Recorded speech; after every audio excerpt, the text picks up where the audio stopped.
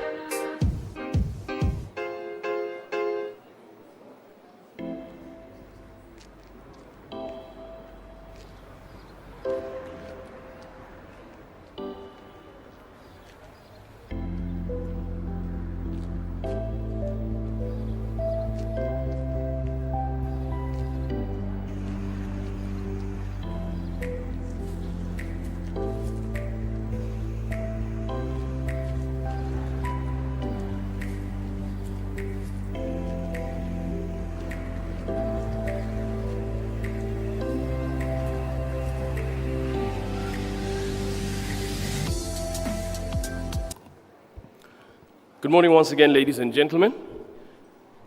If I may kindly ask again before we begin that we fill the room up from the front. So those who are sitting at the back, if we may kindly just find some open seats towards the front of the hall and take our seats there, please. This is just to allow those who will come in while the program is ongoing to sneak in and find a seat quietly without causing too much disruption.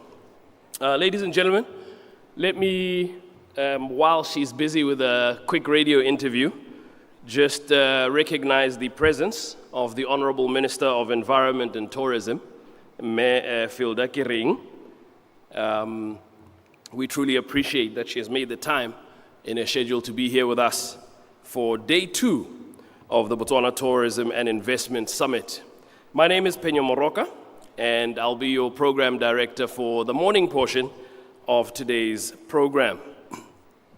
Now, I missed most of yesterday, so I think I want to do just a quick poll to get some sense of how the day went. I did get an opportunity to have a chat with Jazz and Joey, who I believe took very good care of you yesterday. But I'd like to hear from the room, if I may, some key words to indicate how the day went. There's a lot of people that I know, so I don't want to have to pick on someone, but I will if I have to. Just throw a word out there: debate, robust, engaging, insightful. Which of these words kind of represent how the day went yesterday? Anyone? No takers?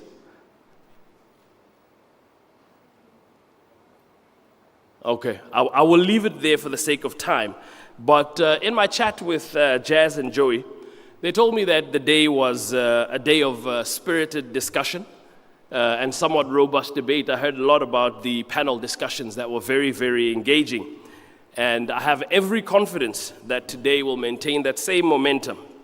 Before we go into today, however, please let me invite the Group CEO of ITIC and Invest Tourism, Mr. Ibrahim Ayub, to share reflections on the first day of the summit.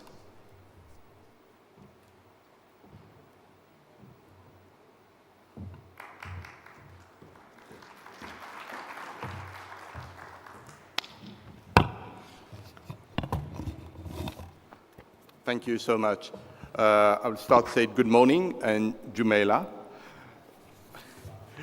Thank you. So, like the MC has said, there was quite an engaging day yesterday.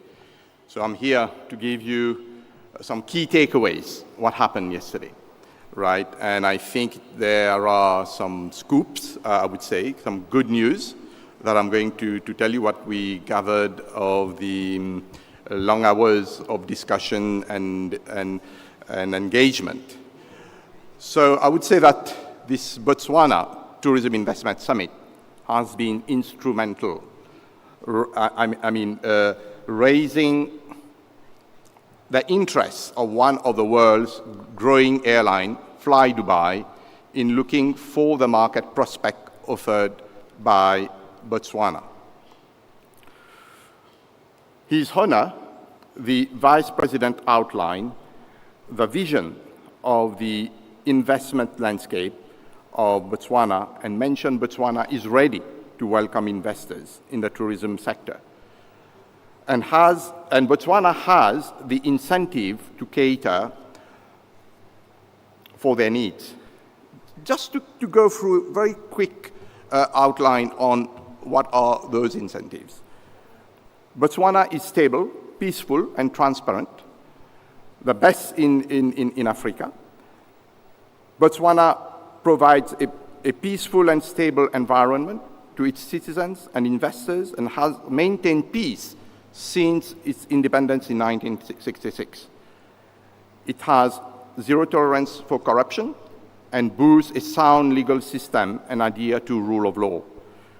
Botswana has been consistently rated as the second least corrupt country in Africa by Transparency International and is committed to sound fiscal policy, economic freedom, and has steady and dramatic growth rate. The destination has the highest sovereignty credit rating by AFRCA, by Standard & Poor's, in Africa by Standard & Poor's Global Rating in 2021. It has been named third freest economy in Africa by Heritage Foundation in 2022. So that speaks for itself.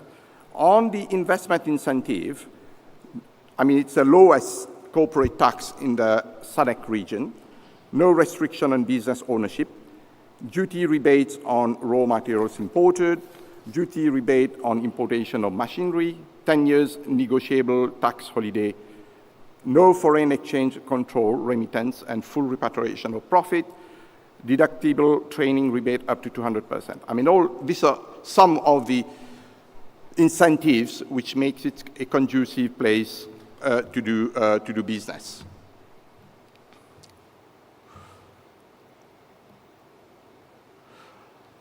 When you look at the special economic zone, I mean, there is a special economic zone that can be created. You heard about Ras Al Khaimah, how they built the destination yesterday.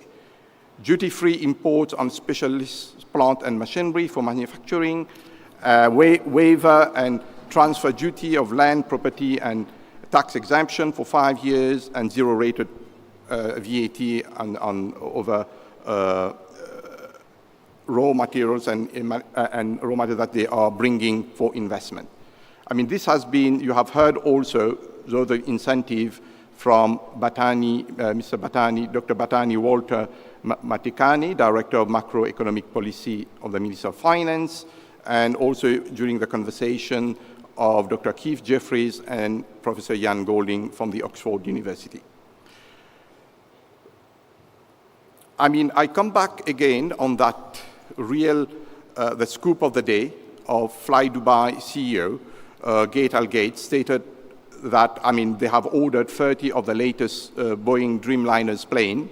He explained to extend its network to viable destination in Africa, which is a land of offering high potential to his air carrier. He added that he is seeking to broaden his engagement with Botswana to reach a workable solution. For his part, Mr. Ashfaq Pauline, Director of the Tourism Park, Nature Park in Mauritius, which has built up a successful project there in Mauritius for the past 25 years, has voiced out yesterday that he is ready to come on and invest in Botswana to replicate a similar nature park, which is going to be the best in the Southern African region. And they are ready to look at investment ranging from 5 to 10 million US dollars for that first phase. And then go to a second to a third. I was chatting with him quickly this morning, and he reiterates this commitment and second and third phase over the next few years to build up luxury eco-lodges and accommodation facilities with conferencing, restaurant, wedding, and so forth, like they have in Mauritius. The project can go up to 50 million plus. That's what I would say. So they are here for the next few days in order to look at the different locations, and at the same time then embarking into the feasibility study and start talking with the authorities to start implementing this project. But I must say that this discussion with the government of Botswana has started a couple of months ago, and it's on the right track for such project to be implemented. And the government is looking at this project very carefully.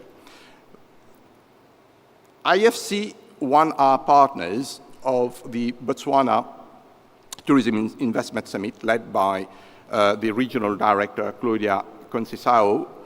I mean,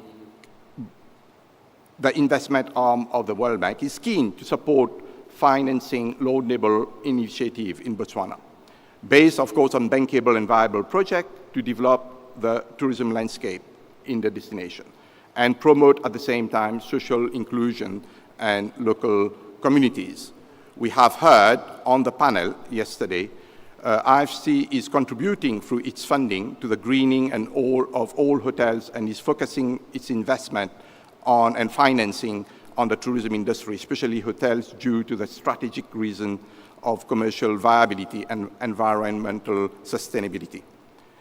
For his part, the World Bank representative of Botswana, Liang Wang, said that he felt very bullish about the tourism sector of Botswana, which is already contributing 10% of the economy, and stressed the importance of diversifying the Botswana tourism product for international visitors to spend more time and money in the country.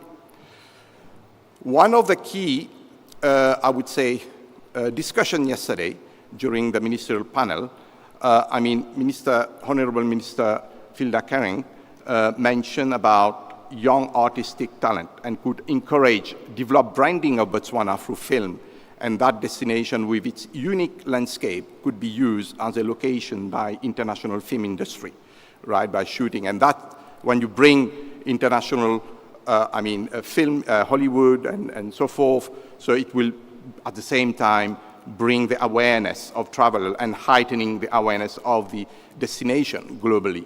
And Botswana has all the ingredients to do so.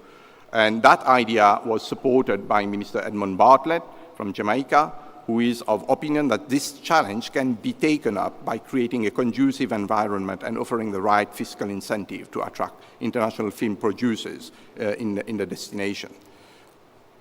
And of course, Minister Kering mentioned about all the incentive. Botswana is ready to welcome investors in sustainable investment in the country. The country is big. There's a land of opportunities. It's a place where you have numerous opportunities to bring investment and develop new projects, and to serve as a hub in the Southern African region. Right.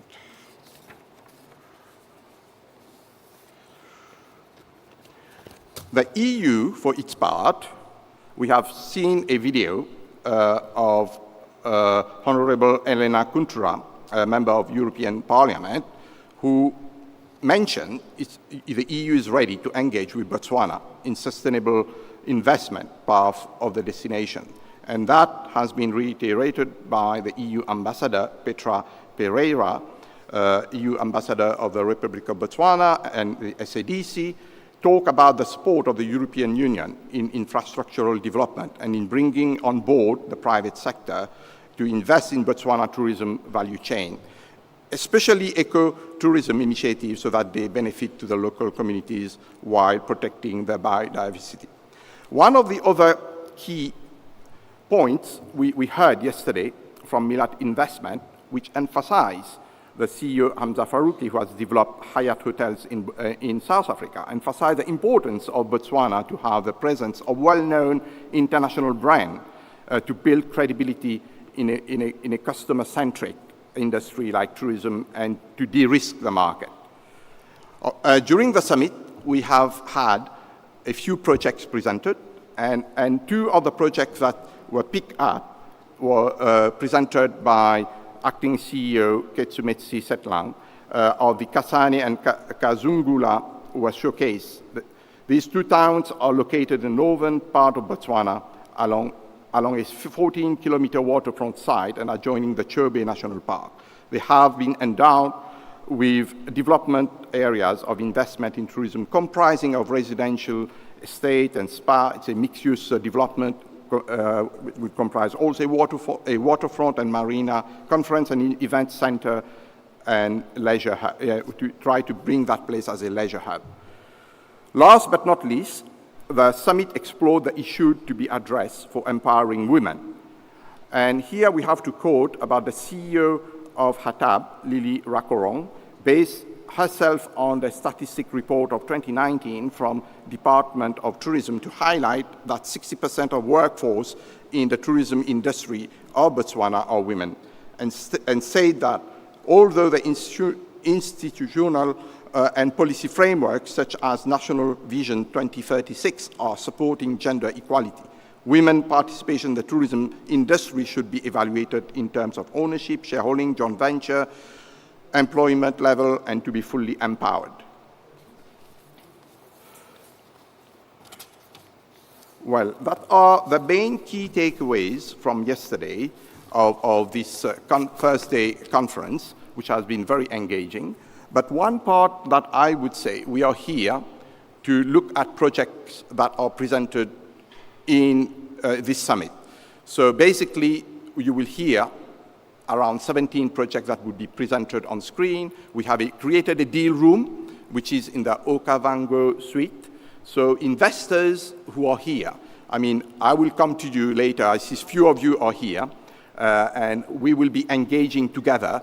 So I know there's a time that has been slotted for meeting about the potential investment in Botswana. I mean, there are couples of them that are exhibiting in the deal room. There are interesting projects to look at, and maybe we should go and engage, not maybe, we must go and see them one by one during the day, the course of the day, and look at the opportunities that they are offering in order to promote sustainable investment into the destination. I must point out that after this summit, post-summit, ITIC and BTO, we are partnering together. We will continue to engage with everybody who has submitted their project to us. We will look carefully about their bankability, their viability, advising them so that we are able to bring investment into the project. We cannot promise about the timing, but what we can promise is that we will be engaging with them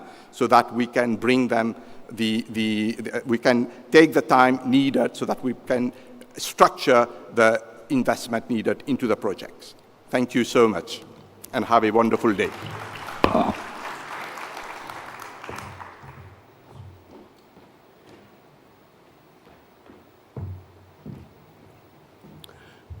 Thank you, sir, for that very thorough recap of yesterday and for laying the foundation for the focus of today's session very well. A quick one just for the investors in the room. Ayub just touched on the deal room meetings, and there has been a slight change to the program. I believe initially it was supposed to be around 10 o'clock this morning. It is now happening at 1 p.m., still at the Okavango suite across at the hotel. So those deal room meetings with the project developers will now happen at lunchtime from 1 p.m. to 2 p.m. this afternoon. Now, having said that, and with the foundation so ably laid for the focus of today, it is now my great pleasure to introduce our moderator for the first panel discussion of today. She really does need no introduction. I was here and I've had a look at the program. I've said definitely one of the hardest workers of the conference, of the summit. Ladies and gentlemen, please allow me to invite and help me welcome to the stage Ms. Carmen Roberts, travel writer and presenter at the BBC, who is going to be moderating our first panel this morning on investment and financing sustainable tourism projects, unlocking innovative business models in the tourism sector. This being a case study of successful investments in Botswana tourism. Thank you. Thank you so much for that introduction. Is my mic working? It is. Excellent. So this session will not only showcase successful investments in the tourism industry of Botswana, but it will also highlight the decisive role of banks and investors in turning the dreams of several entrepreneurs and visionaries into a reality. And hopefully you'll come away with the building blocks needed for a successful tourism investment project. So let me introduce our panelists. First, we have Cross Kosidile, Managing Director of Botswana Development Corporation. The BDC was established in 1970 and is the government's main investment arm. Please come to the stage. Thank you. Next up, we have Guido Giachetti. He is the Executive Chairman of RDC Property Group. Mr. Giachetti has been involved in property development and investments for over 32 years. And interestingly, RDC has the largest property portfolio on the Botswana Stock Exchange. Welcome. Next up, we have Kaletso Bogatsu, General Manager of Grand Palm Hotel, Casino and Convention Resort. This lovely establishment that we're in now. Kaletso has over 25 years experience in the hospitality industry, starting out with Protea Hotels, and has worked across the region in South Africa and Nigeria. And last but not least, we have Oneletso Kese Abetswe. Sorry, I was practicing all morning. Onalena Kesa Abetswe, head of investment banking at Stanbic Bank, Botswana. Kesa Abetswe focuses on corporate debt structures and property finance. Welcome.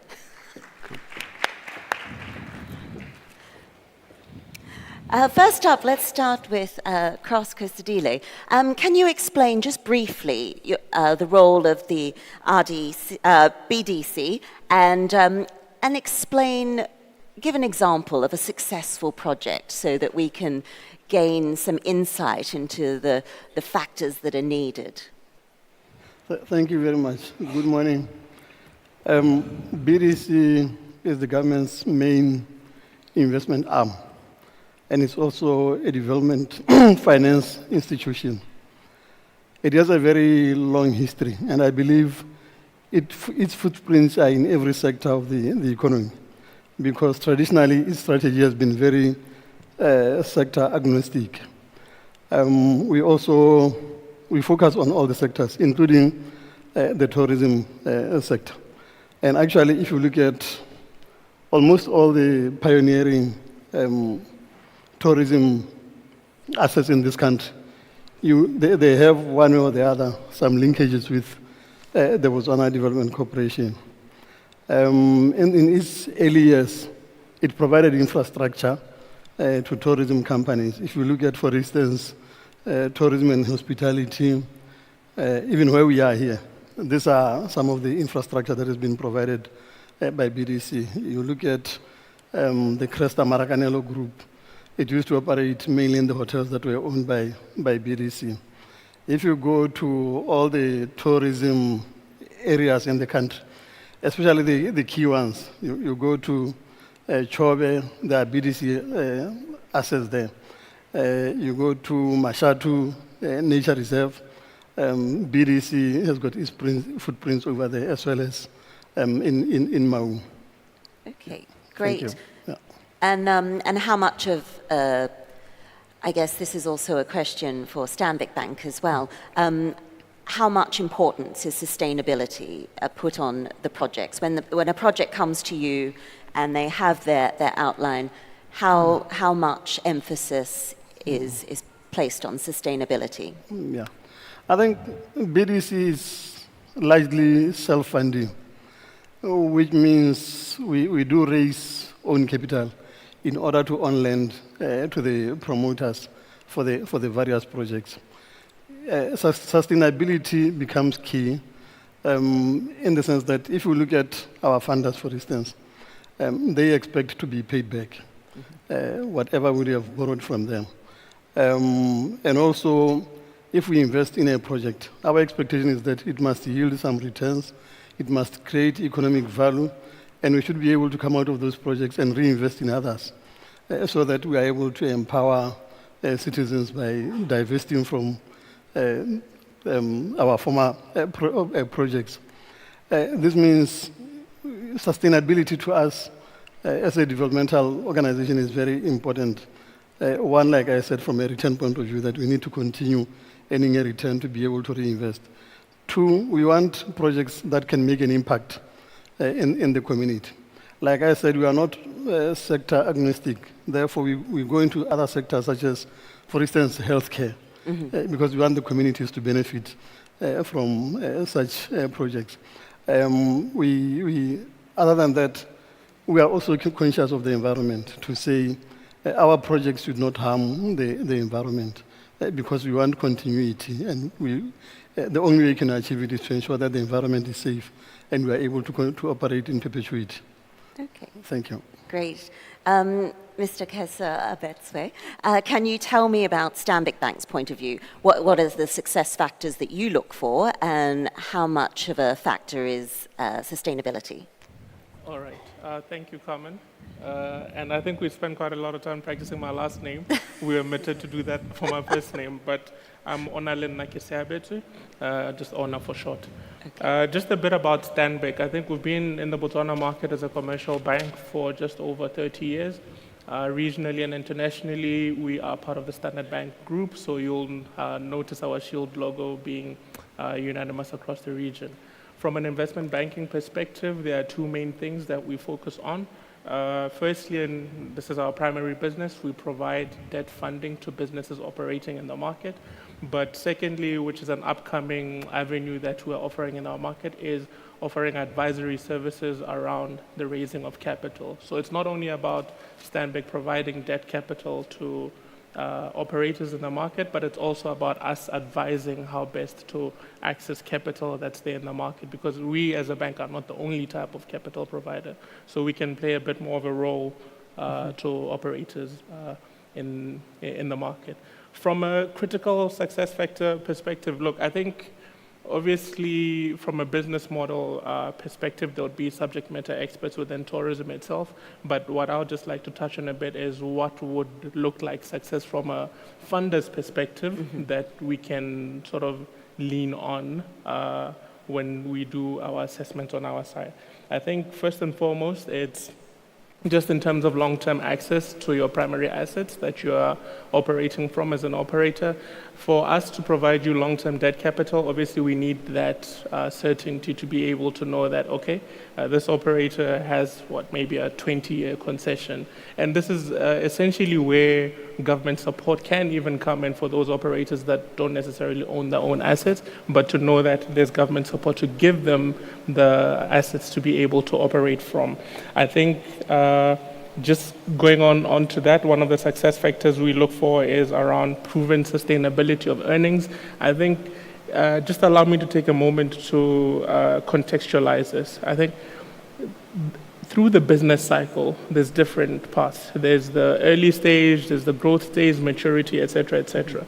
From a bank funding perspective, our main focus would be from the growth stage to the mature stage. That does not mean that greenfield projects are not able to raise funding, but it's just that our main focus, given how we are structured, we would focus more around the growth phase and the mature phase. And what typically gives the comfort for us to be able to support businesses in the growth phase and the mature phase is a proven sustainability of earnings. So if you look back to how far they've been operating, things like average bed nights, things like sustainability of earnings, things like the degree of operating leverage to make sure that not overly indebted with overheads, things like that certainly give us some comfort in terms of sustainability of earnings of the business. I have a few more points, but the one last one I'd like to touch on is in terms of diversity of offering to the market. I think oftentimes you will find that some projects are very similar in nature to others and operating right from the same region. And then the question might be, why have you supported this one but not been able to support the other? For us, it's quite imperative that there's clear differentiating factors that are targeting very specific parts of the market.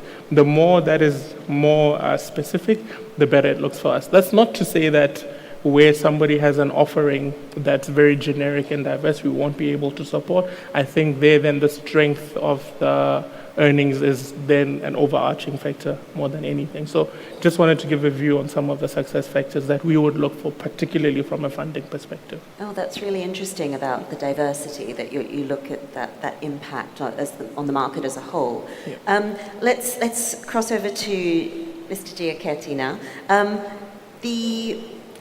It's very interesting that RDC has a lot of properties outside of Botswana, so your portfolio is quite diverse. Could you explain a bit about the real estate industry and also what RDC does and how it can help investment in Botswana? Thank you very much. First of all, I'd like to thank everybody, and especially the minister that is here to honor us this morning. For those of us that are here this morning, it's a pleasure to have the minister, because those that were here yesterday afternoon didn't have the pleasure to be heard by the minister. Thank you, Minister. Yeah, we are a little bit of an example of what an foreign investor could actually do in the country. We started many years ago And I listed a property fund in 1992. 96 was a year of transformation. We started working with the pension funds. We never had the pleasure of working with BDC because we funded by ourselves with capital raised on the stock exchange. In fact, it was through the suggestion of the President Mohai, His Excellency the President, that we actually invested in hospitality. And the first project of ours was in Chobe Marina Lodge, which is a lodge in the north. Yes. Clearly that made our interest in hospitality. And we grew the portfolio. At a certain point, our portfolio Botswana was a little hub for us to invest outside of the country, and we raised funding on the market here through bonds and equity, and we acquired a portfolio outside of the country. We invested in Madagascar, where we have a lodge, and in Joburg, in Rosebank, we did an hotel, which is the Radisson Red. So basically, we started investing from Botswana outside, and the catalyst to the fundraising was a large investment here in Gaborone, which is one of the hotels and mixed-use development. So what you really see is the strength of Botswana because of its political stability and the capital available on the market through the pension funds. We managed to then invest abroad. Now we have a portfolio which is, for Botswana, fairly large, of which 75% is outside of the country. So I believe that this is a way for the Botswana economy to actually diversify, because the benefit of our pension fund holders that have shares of our company will actually be felt in the next 30 years with portfolios outside of the country. So in terms of hospitality, they represent 13% of our portfolio. What has made really that sustainable for us is, I think, and things that people don't really say all the time, is one is trust empirical data. So look at the figures and not what so-called consultants tell you, because if you look at the market, by looking at empirical data which exist in the market, for example, in the hospitality, they'll tell you what the average room rates are achieved by the different products. And by doing that, you actually see what is really on the ground. Clearly, unless you have a product that is completely out of the market, then those are data that are real facts. So, it is important, because some of the hotel groups that invest in different locations, and typically Botswana, you'd have seen at the beginning of, they come here, they think, oh, the average room rates are very high, and in fact they are not very high. So one has to become sustainable, one has to look at hard facts. Okavango carries some very high average room rates, but the availability of land is not there. So government could possibly help in that, providing leases, providing the infrastructure for tourists to be investing in those spaces. Chobe, for example, is another area in Botswana which is quite endowed with the Chobe National Park, but there's a lot of properties already there, and if you look at the average room rates, there's a lot of competition.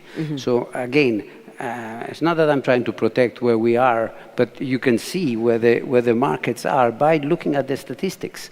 And I think it's important to determine those areas that are new, pristine areas where there is potential for investment. So that renders a project sustainable.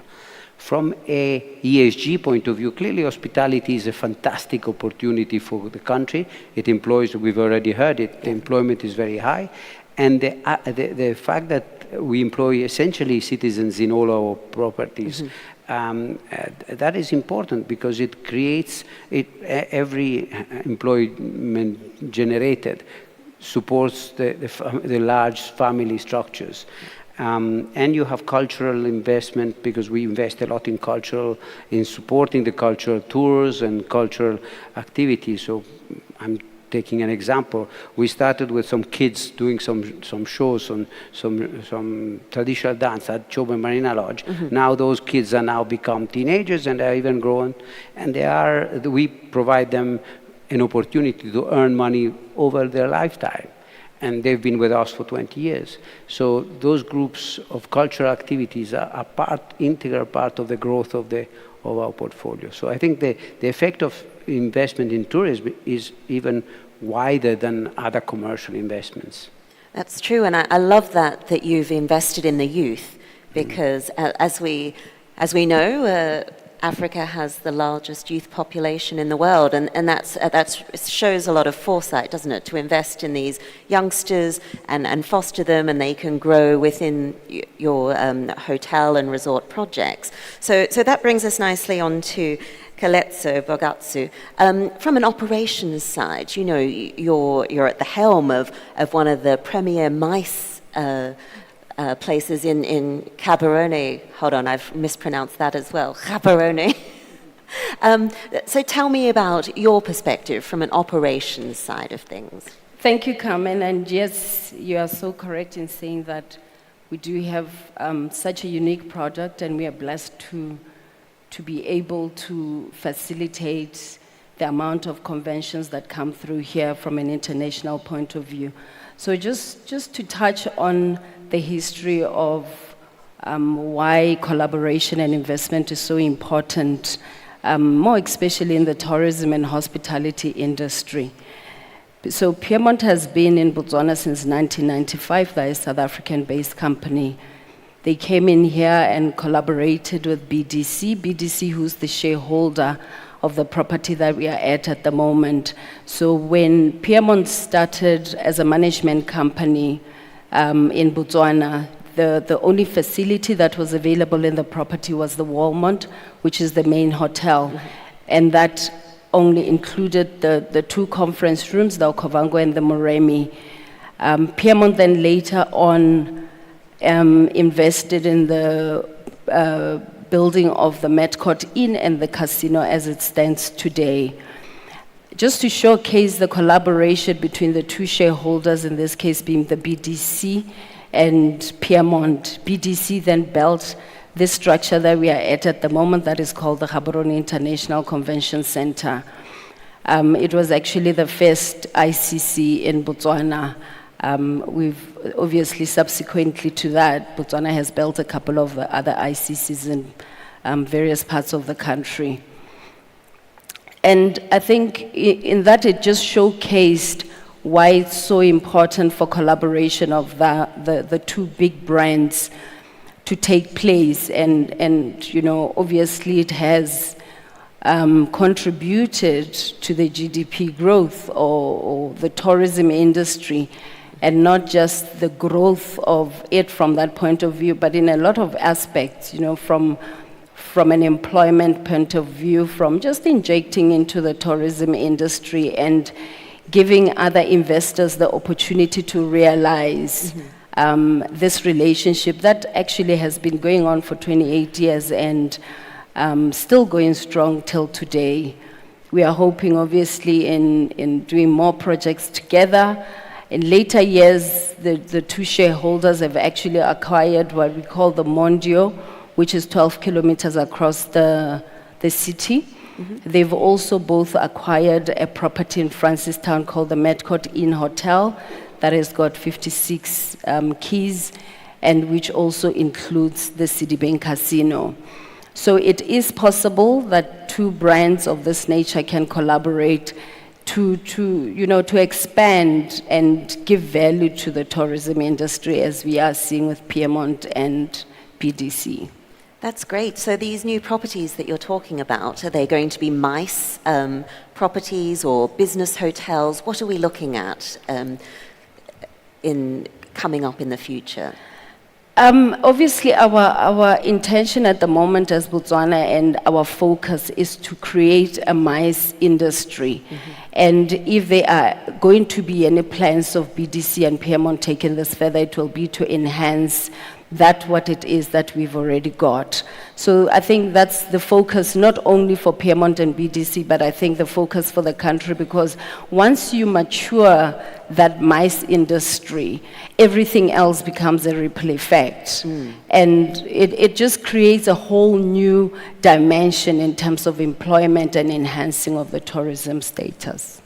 Yes, there seems to be a lot happening in the mice sector across Botswana, indeed. So that is interesting. But I think one of the key themes, not only of this investment summit, but also in recent years across the industry, is collaboration, which you really touched on.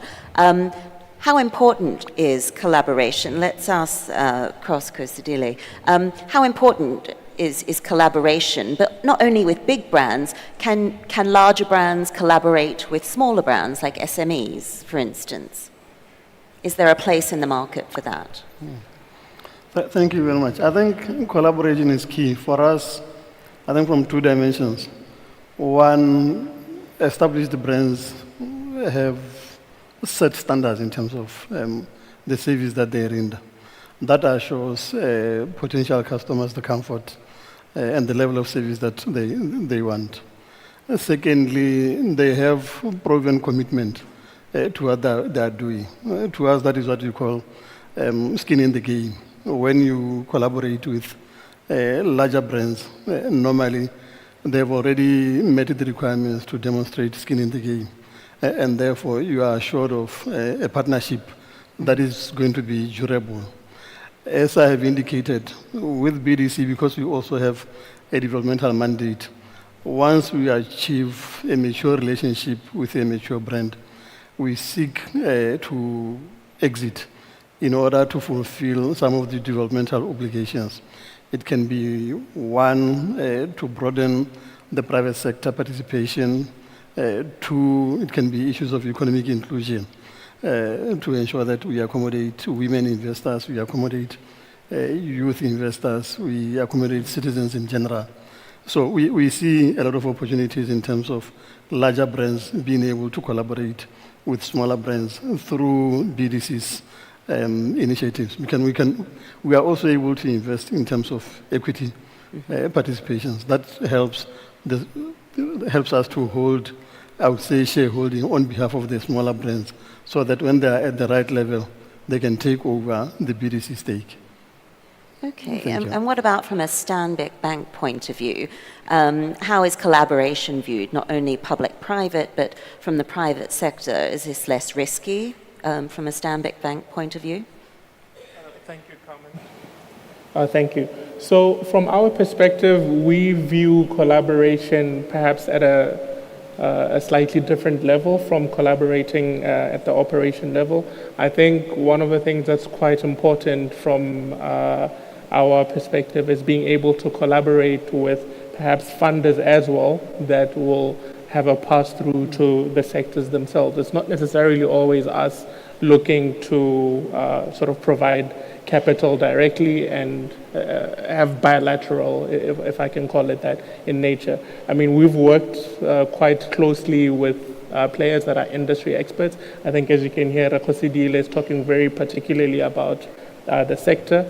We as Stanbic are working with the likes of a BDC because we understand that they have that strong underlying knowledge of the sector. That, for us, is what collaboration is. If I extend it a bit further, is one of the things that we've done quite strongly is work hand in hand with the likes of the Botswana Stock Exchange in terms of accessing investor funds from the different pension funds. I think that is one emerging and strong source of collaboration that we can bring forth to players in the market to say, we as banks are not the only ones that can actually provide the funding directly to you, but we know other channels within which you can get funding. Just to sort of give a few examples, one of the things we're able to do is help entities raise funding in the debt capital markets. I think we predominantly know this as bonds. Another way we have is help entities raise money on the equity capital markets, which is through listings or rights issues. So collaboration, obviously, for us is at a slightly different level, but I think our participation in the market, whether it's direct or indirect, is just really the result of the collaboration we're able to do from a funding and investment perspective. And you also act as a sort of financial matchmaker, so to speak. That's exactly it. That's exactly it. I think our dear friends at the Stock Exchange have actually put us to task to be able to do more and develop the capital markets of the country. And I think this is also quite beneficial for the investors because they now have increased access to assets where they can deploy their funding. So it's kind of like a win-win for everyone involved. Great. Mr. Ducetti, what about your investors from outside of Botswana, from Croatia, South Africa, for instance? Do you think there's more potential down the track for your clients to reinvest here in Botswana? Yeah, I think you're talking essentially partnerships and call them collaboration. We've heard partnerships. I think in the sector, it's very wide. It starts with partners in the different countries. So we take that seriously, and we've always had partners in Botswana. We've had partners entering new ventures in South Africa, in Croatia, Madagascar. We've just come into Zambia with a product which is an hotel of 77 rooms on the Victoria Falls, with a partner, a local partner that knows the market. So that's the first. And they are interested in investing with us than in the country. So they've said to us, look, if you have opportunities, this partnership works well in these countries, why don't we do something together in Botswana or in other jurisdictions? So that is a first level of partnership. Clearly the partnership with the banks, having worked with Standard Bank here, it's easier to work with Standard Bank in South Africa, the largest funder of our portfolio in South Africa. So that is from a financing point of view that, or they are raising bonds with us. So we, it's always like that. As you grow and you are in more jurisdiction, you take advantage of those partnership with your funders, and that is one of the things that we are doing. So that is the partnership from that point of view. The partnership with the brands, and we're talking about tourism, so I'm coming back to, we work with Marriott, we work with Radisson, we work with sales and marketing of companies that are maybe based outside of the country, but that have got the reach to clients that are going to come to Botswana. So all of that is part of the ecosystem that is very, very important. So I think that the partnerships are very wide in all sectors, from incipients to the running of the projects. And those make for an interesting set of dynamics within the portfolio that we run. Well, we'll be wrapping up soon, but I'm interested in the land perspective. You were saying investment in some parts of Chobe, for instance, is quite saturated. How does it work in terms of acquiring land or knowing what land is available? Well, I guess we were very lucky in Chobe at the time. There was a tender for a piece of land where we tendered for, and we won that tender. It's a lot more complicated later on.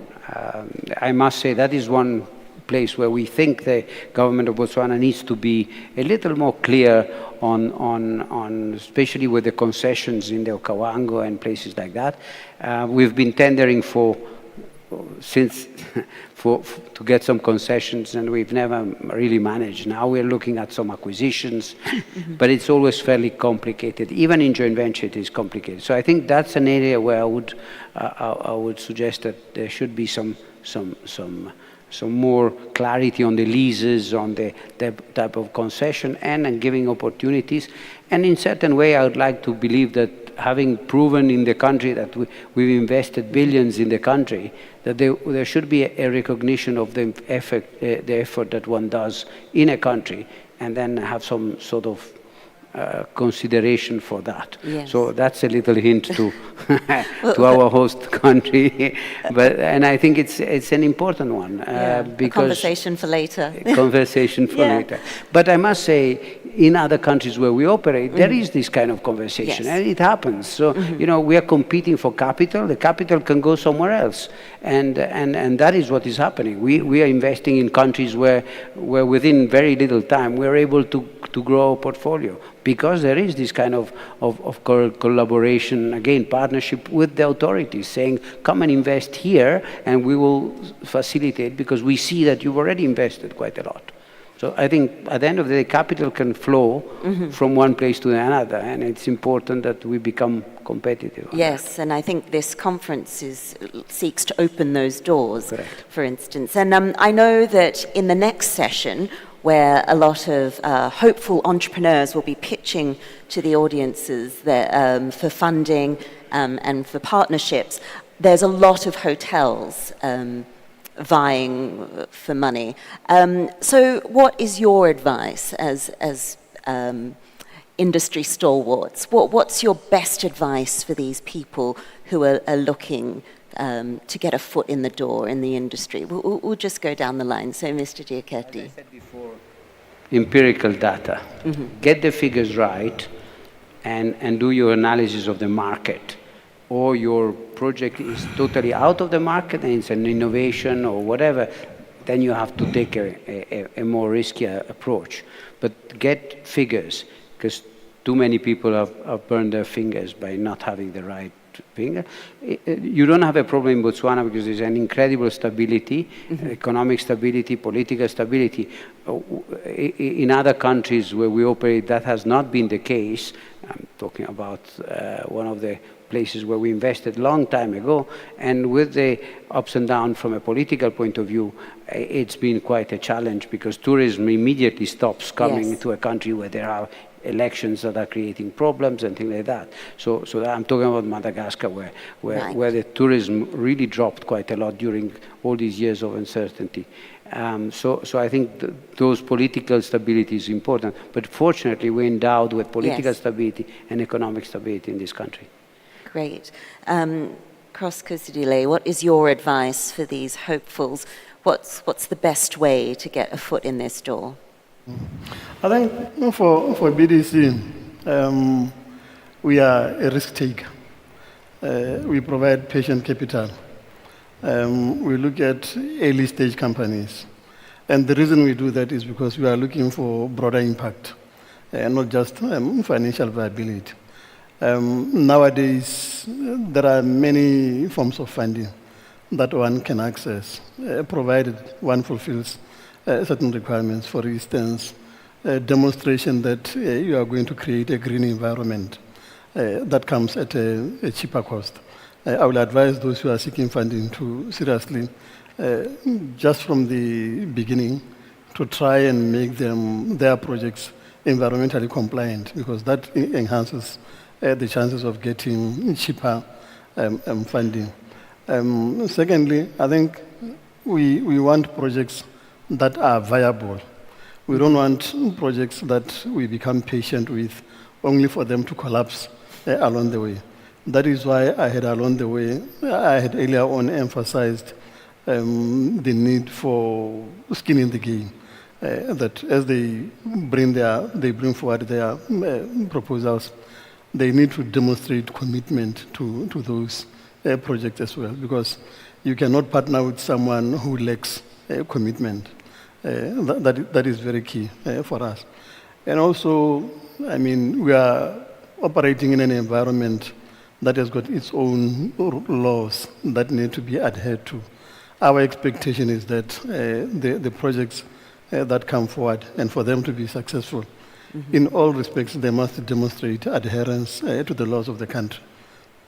Thank you. Okay, thank you. And Keitaletsa Fogatsu, you're a hotelier, someone with so much experience in the hospitality industry. What is your best advice for these young entrepreneurs coming up? Passion, and more passion. Without passion in this industry, Carmen, you are an absolute non-starter. You deal with a lot of different aspects from a human relations, especially point of view. And if you don't have the passion to deal with people on a daily basis, and I'm talking a variety of people, I'm talking from all over the world. If you cannot even, if you speak to yourself and you say, can I sit with different people in a room on a daily basis? And the answer is no. It's not even a non-starter. I know a lot of people take our industry for granted and think, oh, it's just hotels, you just go in it and you run it. it's not as simple as that. It really is not as simple as that.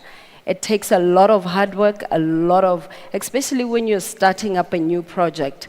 There's no sleeping. The relaxation is the other way around. When a facility is already operating, you probably at the most get like 10 hours leisure, and I'm talking on average throughout the week. Once you start operating or once you start developing a property, we're talking about you working at least 18 hours of the day and only resting a couple of those hours. It's a lot of hard work, and I think for anybody who wants to start in the industry, they need to realize that there's absolutely no sleeping in this industry when you're starting in it. Invest in coffee. Yeah. Okay, I love that. I love the passion that's needed because, yes, it's a very key, I think. Yeah. And Ona from Stanbic Bank, what's your best advice? Yeah, no, thanks, Carmen. I think, being the last speaker, I tend to be at risk of all the points having been covered. But firstly, I'd just like to echo Guido's words around empirical data and just being very close to your numbers and understanding what is driving each point at each period, why this happened, why that happened, and being able to demonstrate that to the person that you are asking to invest in your business. I think far too often you'll find, especially with early success businesses, where somebody just knows they're making money, but they're not quite familiar with what's driving that business. I think as you move on to the next level and you're looking for people to come into the business, just be very particular and precise about the empirical data. That's actually what really even works for us from a financing perspective. The closer you are, the more empirical the data you're showing is, the better it is for us. And then the second point I'd just like to overlay is be very targeted and calculated about your growth ambitions. I think there's a tendency at times to be overly optimistic around exponential growth. Whilst that is good from a drive perspective, I think at times it sounds like pie in the sky to investors. So there should be a clear path if you're talking about growth from where you are to where you're going and how that particular investor can help you get there and what's in it for them to get there. So just being calculated and targeted about growth ambitions, I think, would go a long way for them. Thank you, Carmen. Okay, well, thank you so much. We've heard some very key advice there. Passion, be realistic, but most importantly, know your numbers. So I really appreciate this conversation. Thank you very much, and hopefully this has offered some good advice for those of you out there. Thank you. Thank you.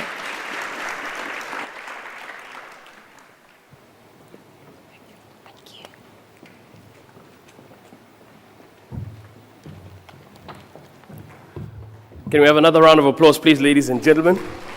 A big thank you to Carmen and our panelists. Once again, Re Cross Khosidile, Managing Director, Botswana Development Corporation. Mr. Guido Giachetti, Executive Chairman, RDC Group. Mekeletso Bogatu, General Manager, the Grand Palm Hotel, Casino and Convention Resort.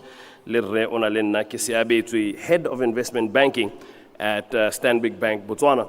I specifically enjoyed the unpacking of collaboration, or the importance of collaboration and partnerships. I think you cannot,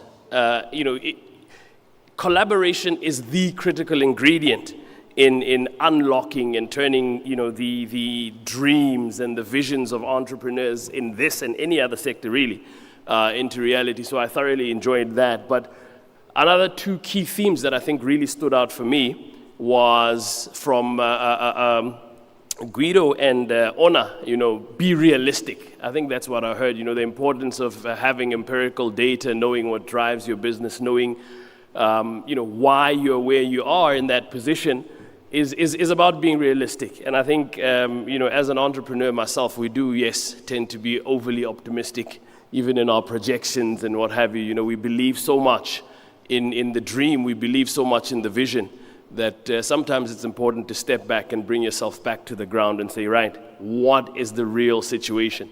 And you can only really discover that through empirical data. And then, of course, the other one that stood out for me was from Keletso. Be passionate you need grit, you need determination, and definitely you need discipline.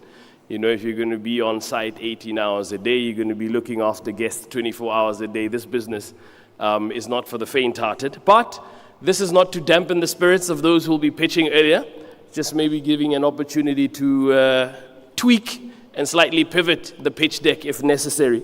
A quick announcement before we move on. The owner of vehicle registration number B901BMF, apparently your boot is open in the parking lot, so you might want to go and have a look at that and possibly lock your car. Your boot is open. That is B901BMF. We're now going to get into the next session of this morning portion of the program. Carmen alluded to it a little bit earlier. The session is purely about discovering tourism investment opportunities in Botswana. And as mentioned, there is a number of aspirant entrepreneurs, aspirant investees that are going to be pitching their businesses. And we also have before that a presentation by the Chief Executive Officer at Key Engineering Group, Mr. Emmanuel K.U., who will be talking about solutions for infrastructural development in Botswana. Then we're going to get into another session of panel discussions and then get to the pitch. So ladies and gentlemen, let me call back to the stage Ms. Carmen Roberts, travel writer and presenter and broadcaster at BBC Corporation, to take us through the next few items of the program. Carmen?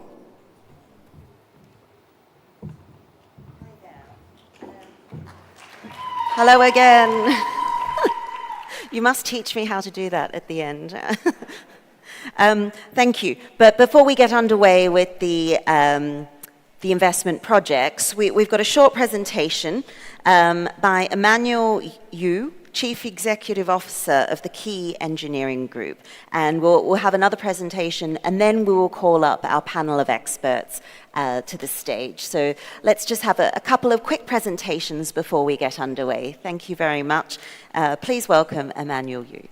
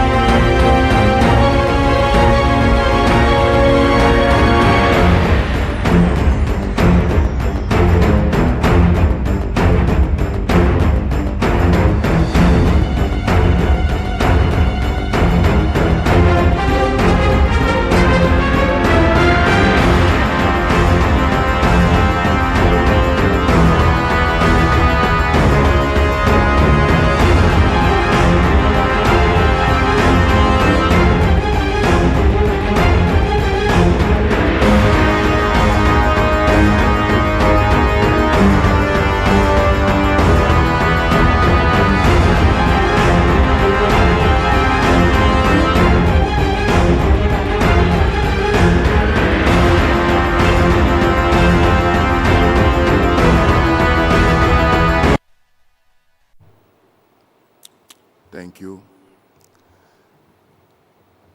Good morning, ladies and gentlemen. I guess with the video we are done, I can go home now, right? Thank you for that. All right.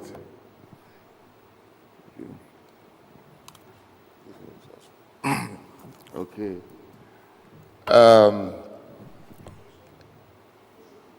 My standing here is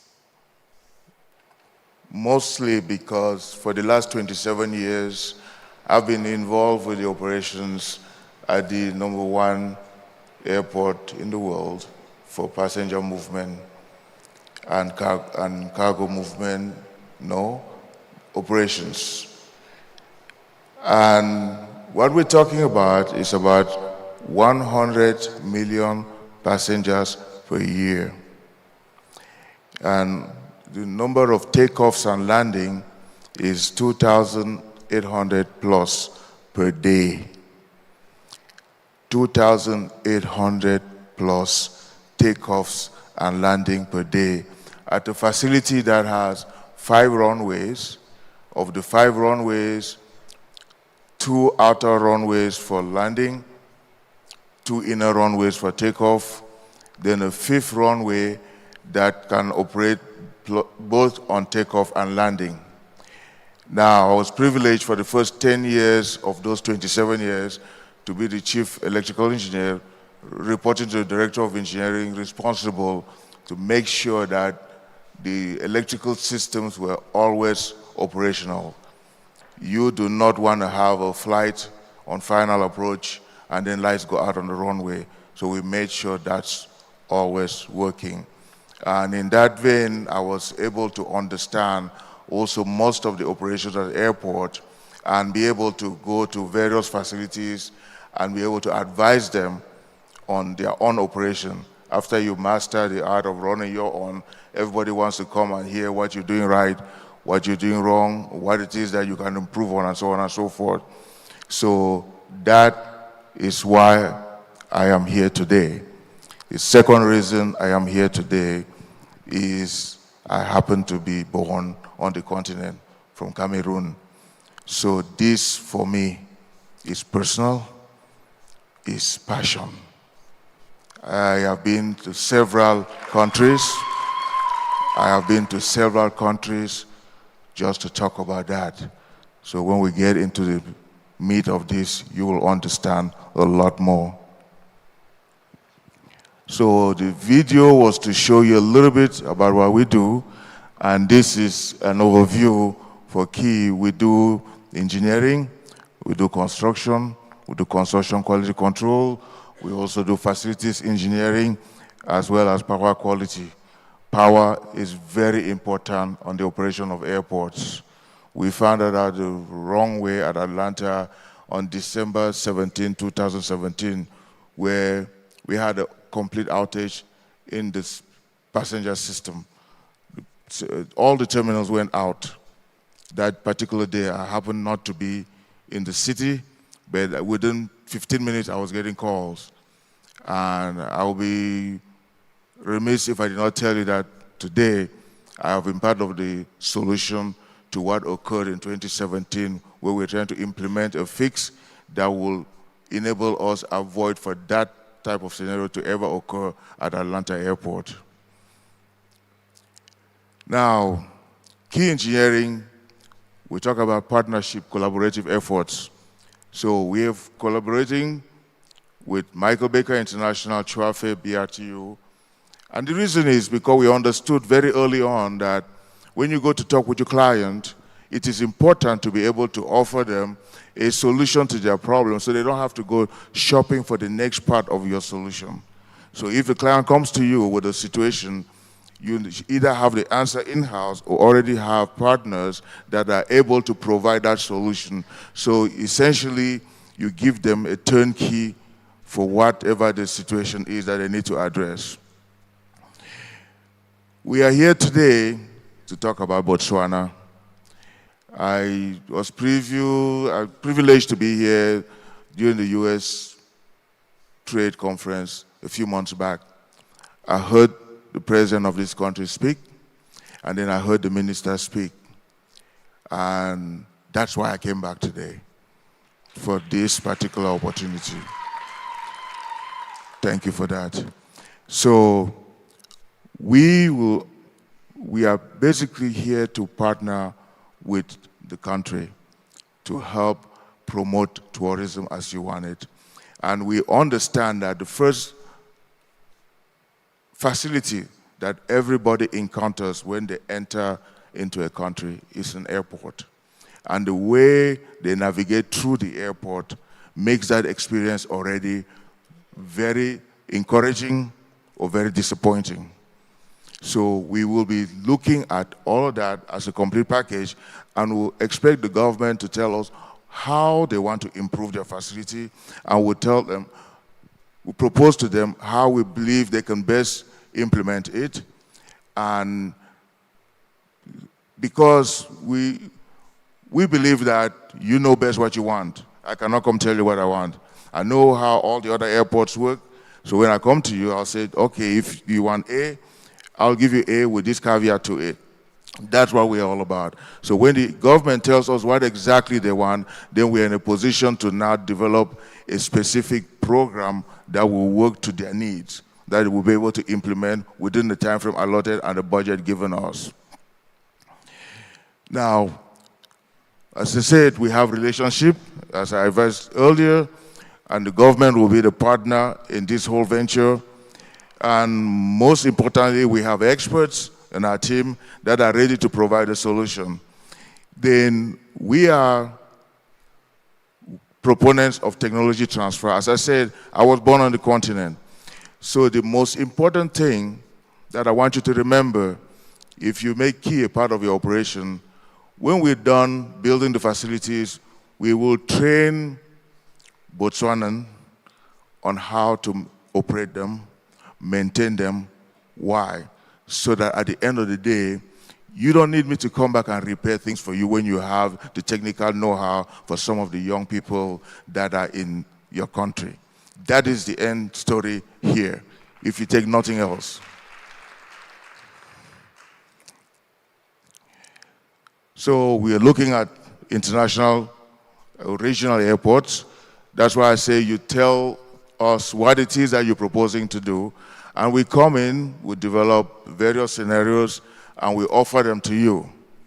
So we coordinate with all the various agencies, in our case, ICAO here on the continent, and go into all the details as to what is needed to bring the airport to the standard that you want, make it comfortable, make it operational. Tourism, airports, then the tourists want a hotel development, they want to go play golf, they want some luxury lodges. We have partners that are ready to come in and invest into those facilities. And so the goal is to understand the various needs, again, put a package that is customized to your needs. And when we talk about hotel, we're talking about branding as well. So if you need a specific brand, we'll make sure we bring them to you.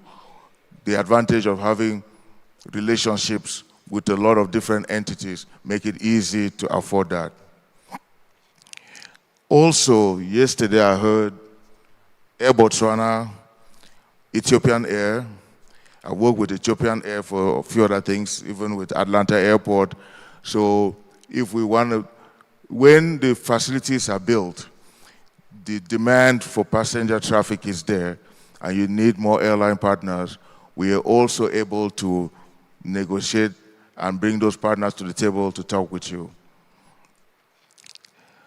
Mixed-use developments and all the sustainability that comes with that, again, we'll be able to put the package for you and make it very simple and smooth.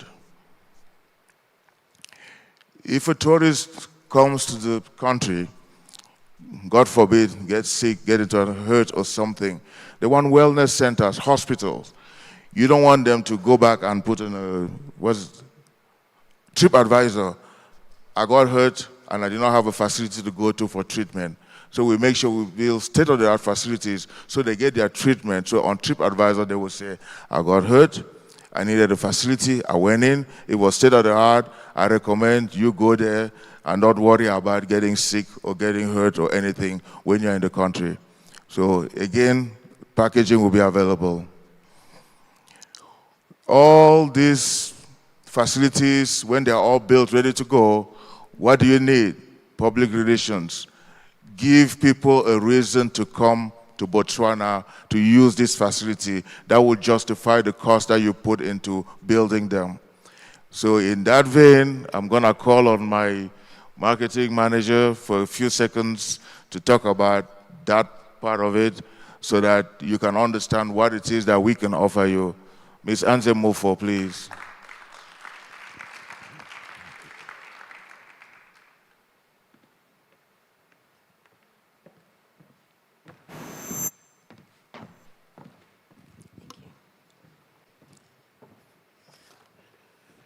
Thank you.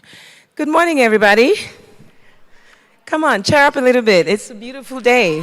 We're in Botswana, and you have all the diamonds in the house and the men that afford the diamonds, right? Or not. Anyway, what is all of this stuff without public relations? Really nothing. I'm pretty sure everyone here understands what marketing is for. So you create a product and you tell people to come and get it. But the one thing about Botswana that I've noticed is that it's a very, very big kept secret. We don't want to go to Will Smith, who's at the Okavango Delta. We want to build homegrown celebrities. So what we're creating right now is Key Engineering has engaged its partners in Hollywood to actually make sure that when the airports are built, the airline partners come in, the hotel partners come in, and you have the hospitals and the schools. What happens is everybody else out there doesn't know what's going on in here, right? So what we're trying to do here is to make sure that we create relationships with Botswana and Hollywood, which is the center. And our key thing that we're starting with is to be able to bring, starting with the minister, to Hollywood, starting March, if they're ready, of 2024, to join one of the most prestigious and exclusive and anticipated events of the year, which is the Academy Oscars, so that they can meet with studio chiefs, executives, and bring film into Botswana. Once all of that is done, then we can hire Will Smith. How about that?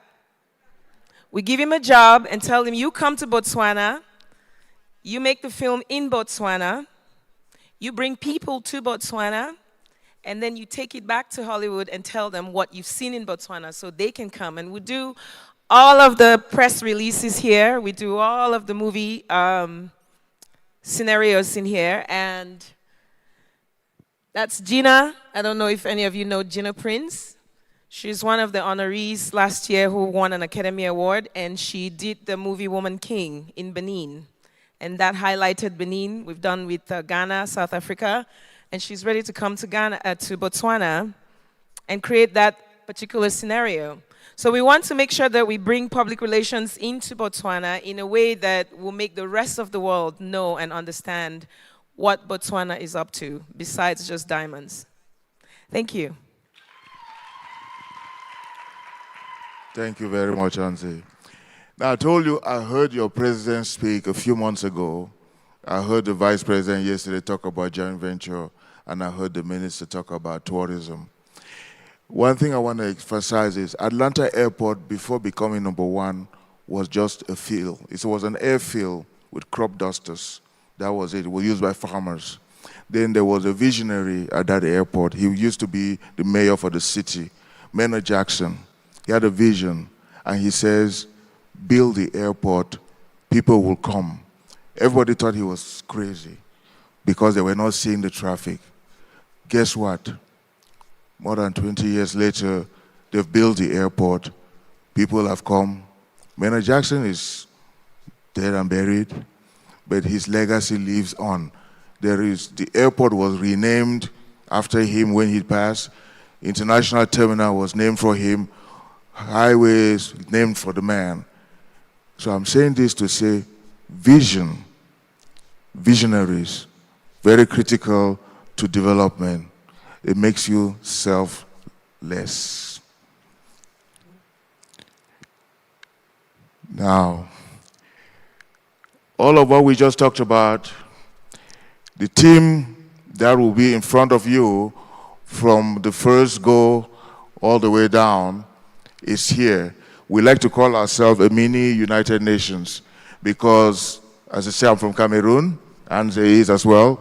We have members of the team from Botswana that we are talking to, some members of the team from Ethiopia, some from Nigeria, then of course the American citizens born.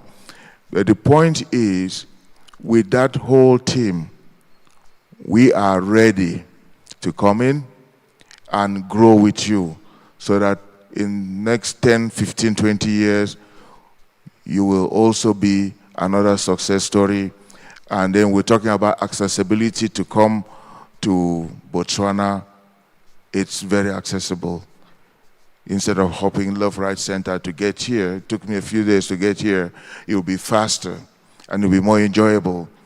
But most, don't forget, Botswana now becomes the talk of the world. It's a secret. Until I came here a few months ago, I did not know anything about the diamonds in Botswana. I didn't. But guess what? Now I know about it. Tomorrow, we need to talk about tourism in Botswana so that when you Google tourism, safari, Botswana pops up, not Kenya, but Botswana. Can we do that? Thank you.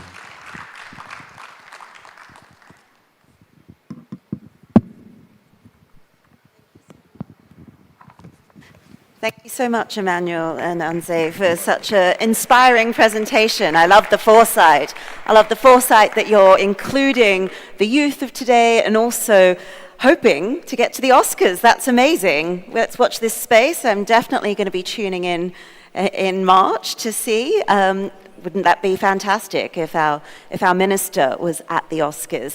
I love that marketing foresight. I think that is quite key, and I love that our partners are ready for this future investment. One more presentation before we get underway with our Dragon's Den type segment. We've got Moshie Ratsibe, the Director of Investment and Promotion for the Botswana Investment and Trade Centre. Welcome. Thank you.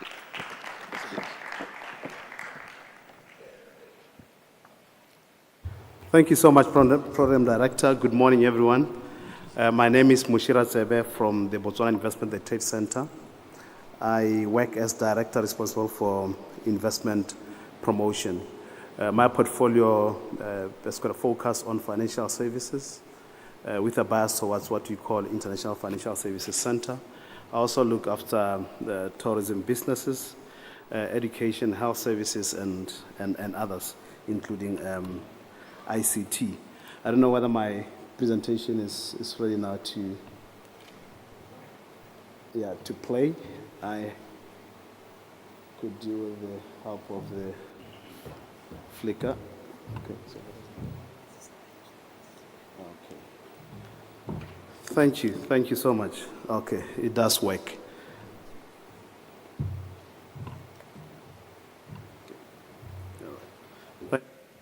I'm quite impressed, and I must say congratulations to BTO and the Parrot Ministry of Tourism for putting together such a magnificent, well-put conference, so to speak. When I walked in earlier in the morning, I was surprised actually on the second day to see so many people who have filled up the room. And I had a conversation with someone who reminded me the reason why several years ago I decided to jump out of the accounting profession to be where I am today. Normally when you attend finance, account-related functions like these ones, you know that at the end of the evening, everybody gets to be sent home. If ever you are asked to hang around for a bit for a networking session, chances are you'll likely be asked to pay for yourself if ever there is a buy at the back. So I sort of understand why we still have a room filled up. But nonetheless, well done to BTO and the government of Botswana for putting together this wonderful summit. Mine this morning is, thank you, mine this morning is quite a small presentation, very, very brief. I've just been asked to come and share with you around the project facilitation process that we engage in here as government of Botswana, how we facilitate investment projects into the country. As I've said, I work for the Botswana Investment and Trade Center. We're an investment promotion agency. Our role primarily is to attract investors into the country. So we go out using our investment promotion strategy, which has got a very strong route to market, going to the markets to talk to investors about investing and doing business in Botswana. We do have a very interesting component of our mandate, which is export development and promotion. So the business that are already here in Botswana, once you invested in Botswana, we work with you to take your products then outside the country for export-related purposes. As well, for those that are doing business locally here, we've got a component called Buy Botswana campaign. It's an initiative that we have introduced several years ago, where we are encouraging corporates, large corporates that are here to work closely with small, medium enterprises to make sure that they support them by buying what is produced and supplied locally, as it were. But even more importantly, through our brand management function as BITC, we have got the mandate of promoting the country, not just for investments, but even more importantly for tourism-related purposes, just building, ensuring that the equity of this brand Botswana, is well known to the world, is strong in the minds of not just investors, tourists, and visitors, and other visitors, as it were. Emmanuel has just said that he never knew about Botswana until recently when he visited here for the first time, about the diamond, about the beef industry that we are so strong in. It just suggests that perhaps we need to do a little bit more as government or government-related agencies, BITC, BTO, and others that have got complementary mandates. The one aspect that I want to talk to you about is the aspect of Botswana One-Stop Service Center. This is where I normally say, this is where the rubber hits the road at BITC.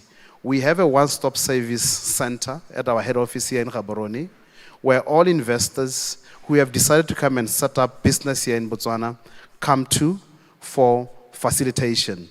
You may wish to register your business and you've got no idea how to go about it. What we have done as government, we have since transformed the way that government does business, transforming government services by making sure that we are automating them, we are digitalizing them. As a matter of fact, today, if you want to register your business, you can incorporate it from the comfort of your couch, sitting in the USA, sitting in South Africa, and anywhere in the world without necessarily being here. You even do payments that are required for registration online. You don't have to necessarily to be here physically. Of course, there are other requirements that one needs to follow. For example, if you incorporate, you have to ensure that you have got a resident, not just a citizen director, but a resident director, as an example, to make sure that you complete your incorporation. So investors who are here or who may not necessarily be here virtually, they want to set up and register here, they come to our one-stop service center to seek such kind of service. You may wish to register with government for other trade and business-related regulatory requirements. For example, if you're in the manufacturing space, a licensed activity, we will help you with that. Tourism is a licensed activity in terms of if you want to offer a service of a lodge, of a hotel, and stuff like that. You come through us. We work closely with BTO. We will handhold you and make sure that we knock at the right doors and point to the right people to make sure that you get help, and not just help, but the quality of help that we deserve as an investor at the right speed.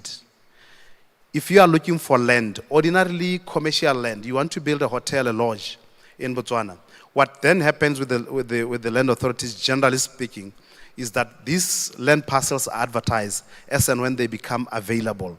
It may happen every year, every 2 years, every 3 years, depending on the area where you are seeking land. However, as an investor, government understands the agency at which you want to be given land.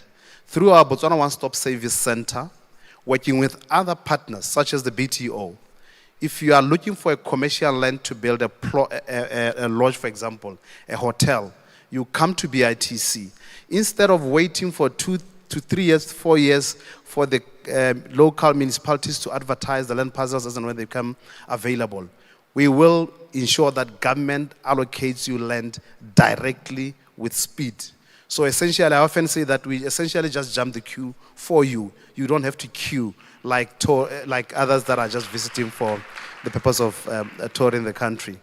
As a matter of fact, as BITC, we own a number of factory sites, BDC also, the CEO just spoke here, they also own a number of factory sites. So if you are looking for, okay, I know you are in the tourism space, but just for your own information, just to demonstrate and buttress the point further that government is serious about facilitating investments in Botswana.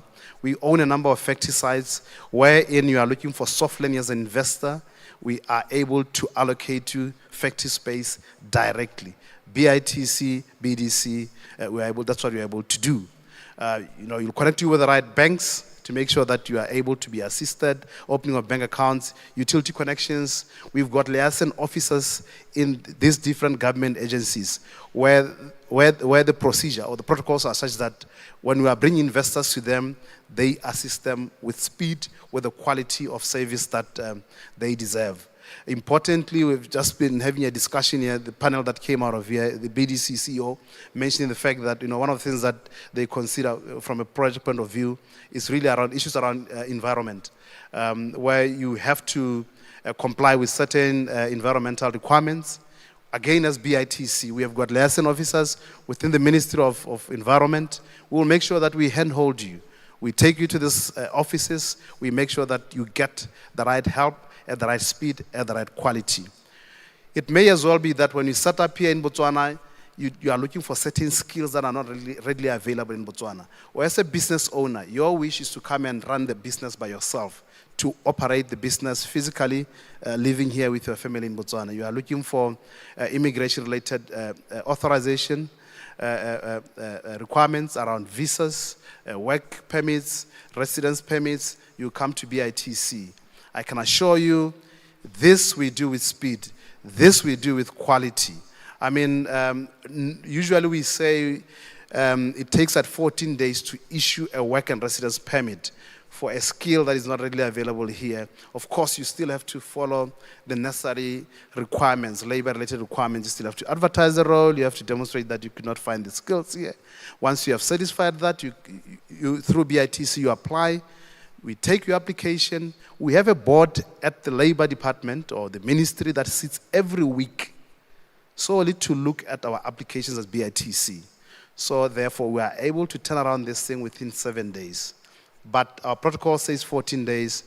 But in terms of the speed of delivery of service, normally 7 days is how we're able to turn this thing around. And I think it's a commitment by our government that we are serious about facilitating investors into our country.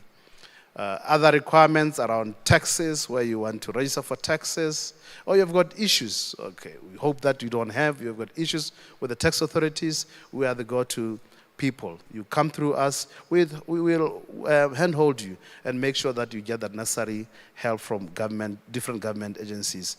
Aftercare services, you may wish to expand the land parcel that we had previously given to you. It's a lodge that you're operating, it's a hotel that you're operating. You want to increase space, you come to us. You want to get permit renewals, you come to us. These I can assure you, if there is one thing that we are paid for, I'm not too sure whether we are paid well for it. One that we are paid for and we deliver on it is really around land allocation, direct land allocation, immigration-related issues, business registration. These services that we have listed here through our one-stop service are our bread and butter. We do them with our eyes closed. Now, as BITC, we operate a number of regional offices here. We've got a head office here in Gaborone. But importantly, those that are in Europe, closer to you, we've got an office in London. It's able to mirror exactly what the head office is able to do. Those that are coming in into the continent through South Africa, we've got an office in Johannesburg. You can actually engage us through our South Africa office. Even more important, in the Asia area, we've got an office in India. You can actually speak to us through that office in India. Other than that, I think, let me end it here, but I must reiterate the fact and the point that government is serious about facilitating investors, about doing business, and we stand ready as BITC, as BTO, as BDC for funding purposes, CEDA for funding purposes. We stand ready to facilitate you as investors. We have rolled out the red carpet, and Botswana is for you to take up in terms of investment opportunities. Wherever you need our services, we remain readily available to assist you. Just the last advice maybe to investors that the CEO of BDC, I keep referring to his presentation here, we are addicted to the rule of law, as our president normally says, that key considerations for doing business in Botswana, you just have to make sure that you observe the necessary legal requirements. Ensure compliance, whether in the tourism space, ensure compliance issues around governance, issues around environment, social aspects, ensuring that the community is well incorporated within your business plan. You know, you are very clear in terms of how you're going to impact the lives and the livelihood of the people where you're operating from. That's what this government is interested in, and that is what is normally, that's what normally will help your business to succeed. From a point of view of getting access to land, from a point of view of getting funding, government is particularly interested at some of these things. ESG, as we normally say, it's actually quite key. So that's just my brief advice and message to the would-be investors that want to come into Botswana. Other than that, you are welcome to Botswana, and we hope to see you at our offices from here onwards. Thank you. Thank you so much for that insightful presentation. I think you should use "We will jump the queue for you" as your new tagline. I like it. Exactly. All right. Well, thank you very much. Well, if you were here yesterday afternoon, you'll know that this next session is a slight departure from our usual programming.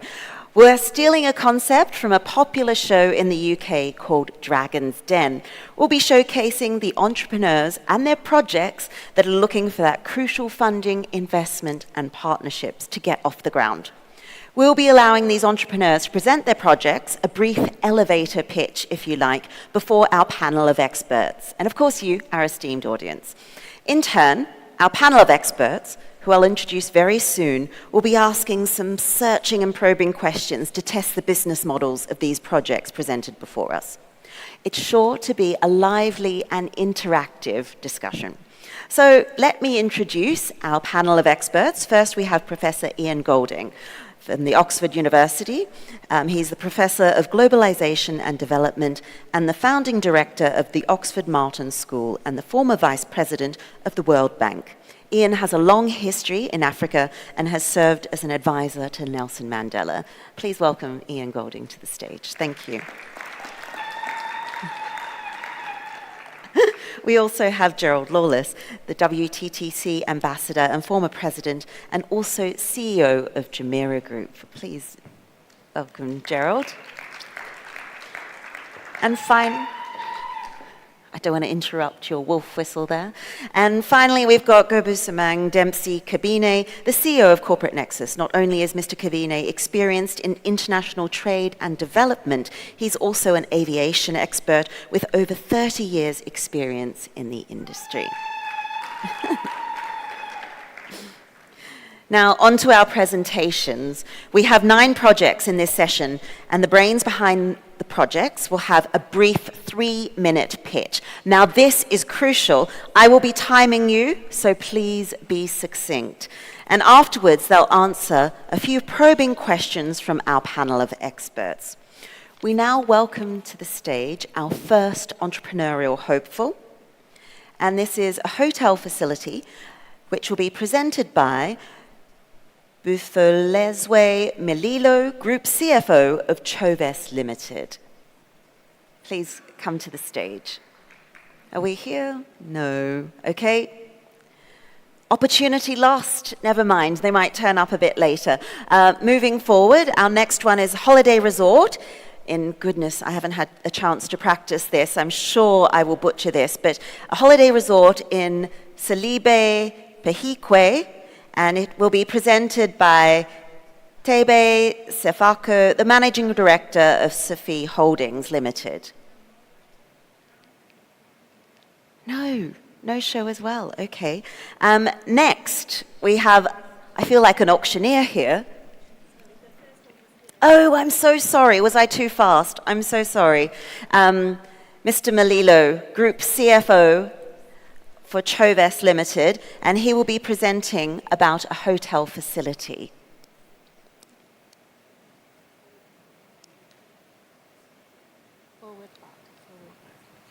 Okay, so if you are presenting, please be ready and be ready at the front here so that I don't rush through and you get missed out. So please, Mr. Malilo, please come through with your presentation. Now, I will start my stopwatch when you start.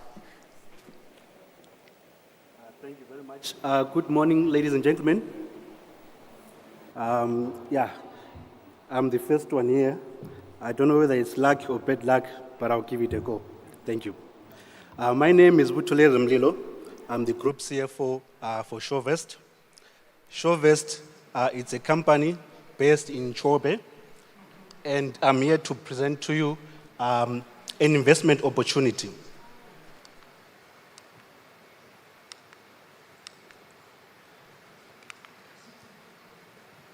So this investment opportunity is called the Village at Chobe. This is a JV, a multi-purpose hotel development, which will have 70 rooms, 30 tents, 7 safari sites, and we're looking at a total investment of $6 million. So in this JV, there's currently a structure. We have Cullinan Holdings and Shearwater, Botswana, both are owning 24%, and we've got a third partner there who is a citizen partner. So Shearwater Botswana will be the management partner in this JV with a management contract. They are going to develop and operate the hotel.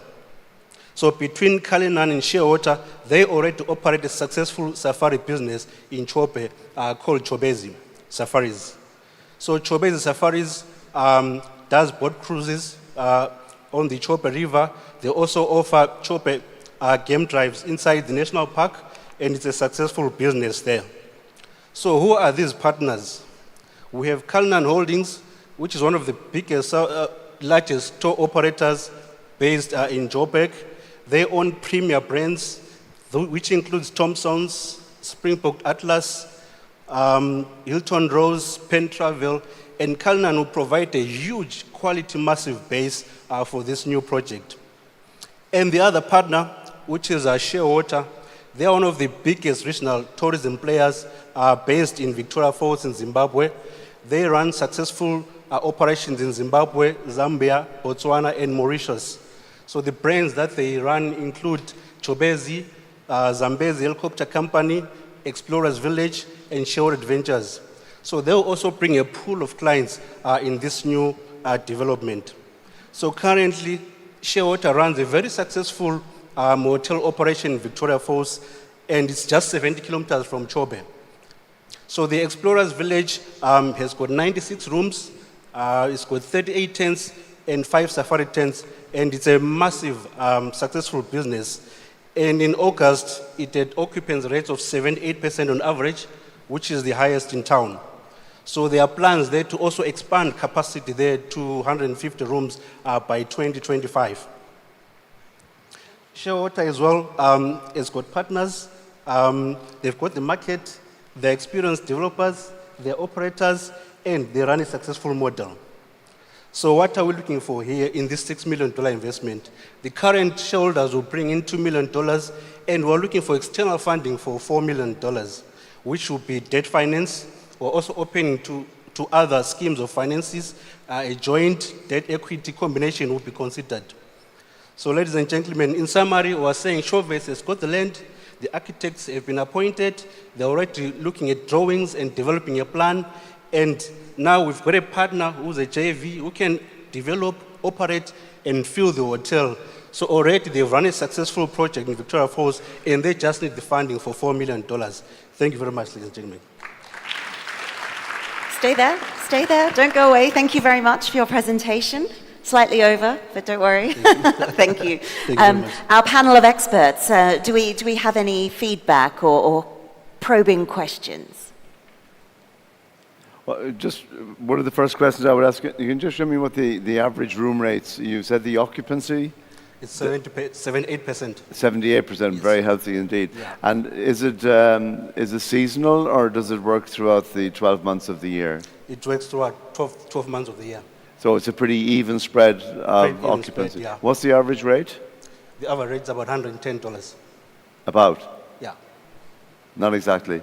Yeah, $110. $110, right. And how does that compare is it like 3, 4, 5-star market? No, it's in the 3-star bracket. Yeah. It's in the niche grade there. We didn't go for higher or lower, we're just in the middle there. Right, and last question for me. You say you want to raise the debt of 4 million. Yes.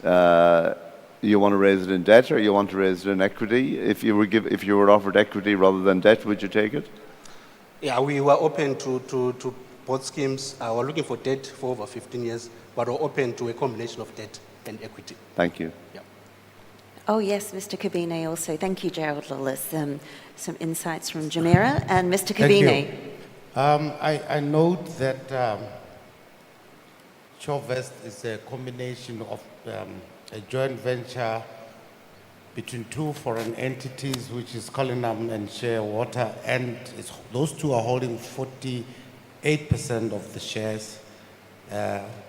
One of them is bringing in $2 million US, and then the local citizen is holding 52% of the shares. Other than, both Cullinan and Shearwater have been shown to be active already, both locally and regionally, in the space of what business you want to set up in Kasane. The citizen shareholder, what are they bringing on? Is it skill? Is it land? I just want to appreciate what the citizen shareholder is bringing. And the reason why I'm asking this is that depending on the structure of the shareholding, one does not want to hear tomorrow court cases now come in to say you are squeezing the citizen shareholder out. So how ring-fenced is the citizen shareholder, and as I say, what are they bringing to the table? Thank you very much for your question. The citizen shareholder is bringing the skills. They will be full-time employed in this business.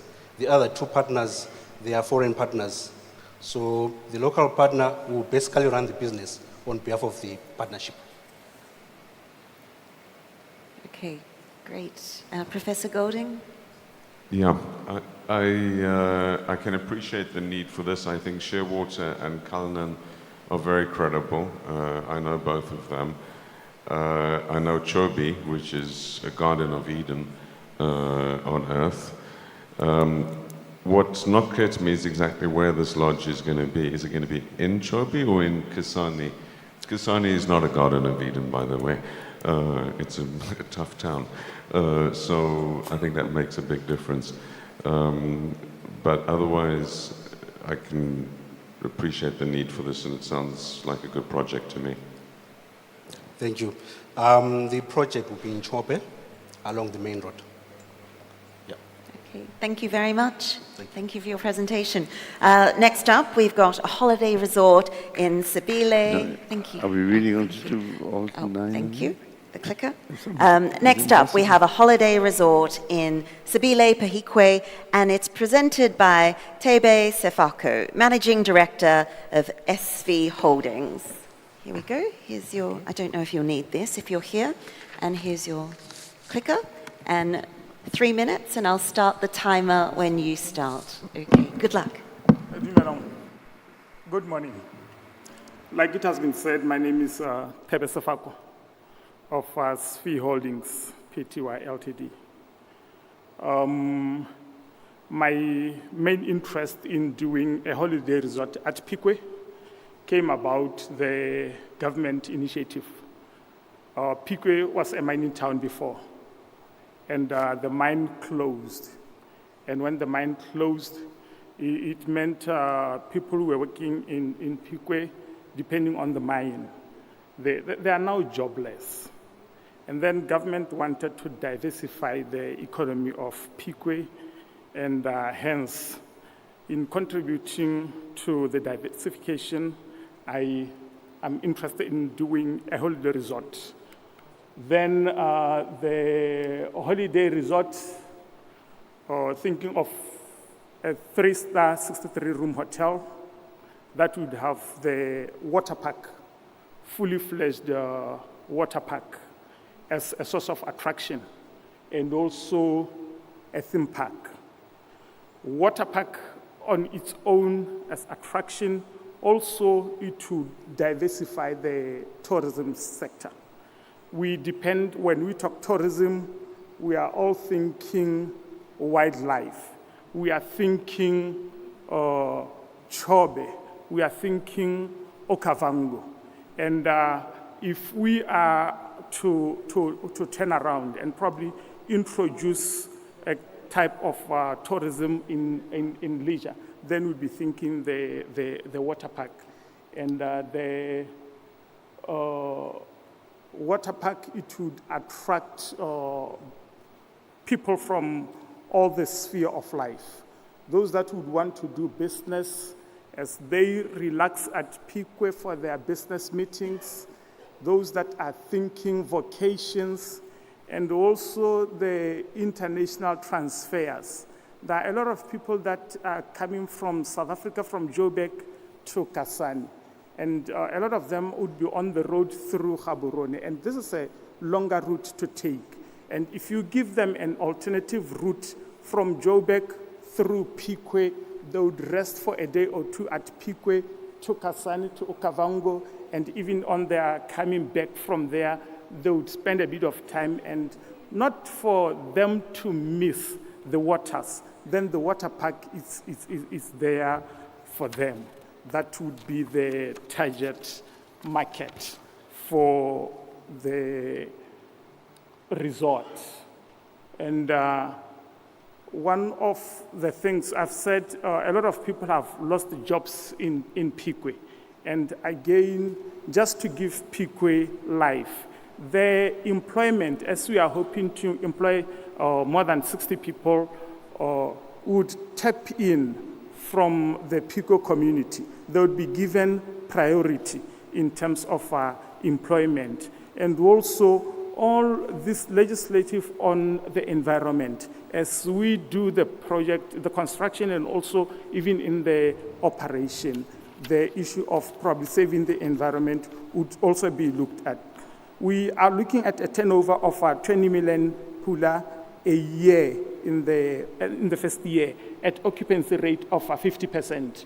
Most of the hotels in Gaborone, the bigger one of at least 50 rooms, the occupancy rate is at 50%. That's what we've used. And we are looking to generate a net profit of 8.3 million pula. Thank you. Thank you, thank you. Do we have any questions from our panel of experts? Who would like to go first? Mr. Kabini? Thank you. What are you looking for in terms of investment? That's my first question. The second question is investment. What are you looking for? What are you looking for? How much? That's the first question. The second question is, I'm not sure if you are very elaborate on your potential market. We agree, you and I, that Pique, after the mine closed down, is on a downtrod. Yes, we know government is doing all it can to invest in Pique, with the citrus plant as an example. But what other investment opportunities do you see being carried out by government to boost the population of Pique? And yes, I agree with you, maybe your target is not your Pique resident, but those that are coming from elsewhere. Your Chobe, your Okavango are well placed in terms of they've been marketed over years in terms of tourist attraction. You probably are going to be one of the first to start that marketing exercise of attracting tourists to Pique. What do you have in mind for that? I'm looking for funding of about 140 million for the construction of the resort. I'm ready to enter into any kind of partnership with whoever would be interested. The Pikwe community, the facility as is, they would still be using it probably when they've got workshops, when they want to do parties. The water park would be having the wave pool that we normally refer to as the artificial beach. That if anyone would want to have a wedding of some sort, they can use the beach. Instead of us traveling to South Africa, where the artificial beaches are around, so they may use it. Thank you. Thank you. Professor Golding. Yeah. I understand the urgent need for creating jobs in Pikwe, and I commend you for your social commitment. But mixing business ideals with social ideals is always a tricky thing. And the question really is, what's the business case? How do you know that you're going to get 50% occupancy? It's about 4 hours from Gaborone, I think. It's off the main road between Gaborone and Francistown. It's not really on the route that tourists will take. And it's a depressed community that doesn't have much income. So I remain unconvinced by the business case that you're going to get the occupancy that you want if you're able to raise the money, which is a lot of money. It's about, if I understand, about $10 million to build this facility. So I'm not convinced by the business case. Okay. You want to answer? Gerald Lawless, would you like to comment? A life as is, there are a lot of dynamics. When you look at the business dynamics, yes, Pikwe, for now, it may look out of reach. Pikwe, for now, is a bit isolated, but it's upon us as people to sell the town, put in the water park there. At the end of the day, the interest is to revive it, give it a theme. When we think holidaying, we should be thinking Pikwe as an alternative, as compared to Kasane and Okavango. The rest of the population of Botswana, it's this side. And Okavango, Chobe, they are a bit far as compared to Pikwe. And again, we are saying the population again of Botswana, about a quarter, resides in that part, the central part. So when you put the water park, you start advertising. And we are changing as Botswana, and we still have thirst for these modern attractions, modern tourism. And there are a lot of Botswana going to Sun City for the wave pool at Sun City. There are some of Botswana going to Johannesburg for Emerald, where there is the water park. And it's as you advertise, as you sell your product, they change.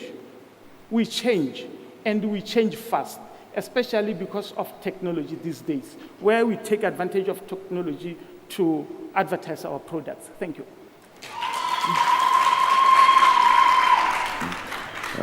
You got your fan club. You got your fan club here anyway. That's good. Just a couple of questions, because you gave a lot of detail there as well. I see that you're going to have quite a lot of ancillary facilities, such as food and beverage, such as the water park, such as just the overall approach that if you're going to try to get people to come for weddings and everything. That I worry about that plus the hotel. How do you see that you can retrain staff? How do you see that you can actually facilitate the staffing levels that you might require within the hotel and then the overall facility, the overall investment? Do you not understand me? How are you going to staff it? Oh, yes. Sorry? How are you going to staff your facility? Yeah, where are you going to get your staff from? Would it be better if I use the handheld mic? The staffing. Currently, we've got a lot of graduates in the hospitality and tourism industry. We've got Botswana Accountancy College that are training our young people. We also have schools at Maung, those that train young people in the hospitality and tourism. So we are going to tap from there. Again, also, we would have a training program where we see a need. We would still take people outside if possible. Again, we may be saying we want our employment to be mainly locals. But at the same time, when you start operating, you may still have the international employees so that you also tap in their expertise. And as you do that, we should also have a localization program so that we learn from them. At the same time, we train our own people. We have a problem with unemployment graduates in our country, especially in the area of tourism. So, You being able to get the numbers. I don't understand why you don't hear me, because I can hear sorry, what I'm trying to say is that I can understand that you have the people available, but what I'm still concerned about is how you would actually set up a whole retraining. There's no point in bringing in everybody from outside if you don't provide employment from the people within Tikwe itself, which is the whole point of your investment. So would you consider an educational facility like a vocational school as part of the necessary infrastructure in order to be able to retrain your staff that would work in the hotel? That's something I think you should consider. You don't really have to answer it, but I think it needs to be considered. And the other question I had is that, where is the money coming from? What is as Professor Golding said, what is the business plan in terms of how you're going to raise your $10.5 million equivalent to be able to do the event? What's your plan to get the money? Are you going to borrow the money? Have you got the money? How is it going to be? I was saying, I'm here looking for an investor. Yes. 100%? 50%? 20%? 100%. Okay, thank you. And that's the question. For that also, it could come in any form of agreement that the two parties would get into. Okay. Thank you. Just my last point. Look, I hear what you are saying, and you mentioned Sun City. Sun City, Sol Kesna, that's basically who we are talking about. And yes, Sun City was just a little desert like Pique when it started. But one of the major attractions that happened to get people to Sun City, for example, was gambling.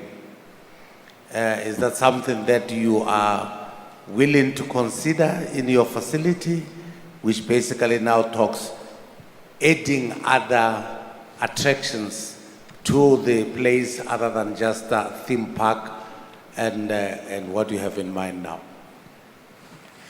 As the business starts operating and as it grows, there would be need again to look at other sources of attraction. When you take Sun City, they don't have a fully fledged water park, but rather they've got the wave pool.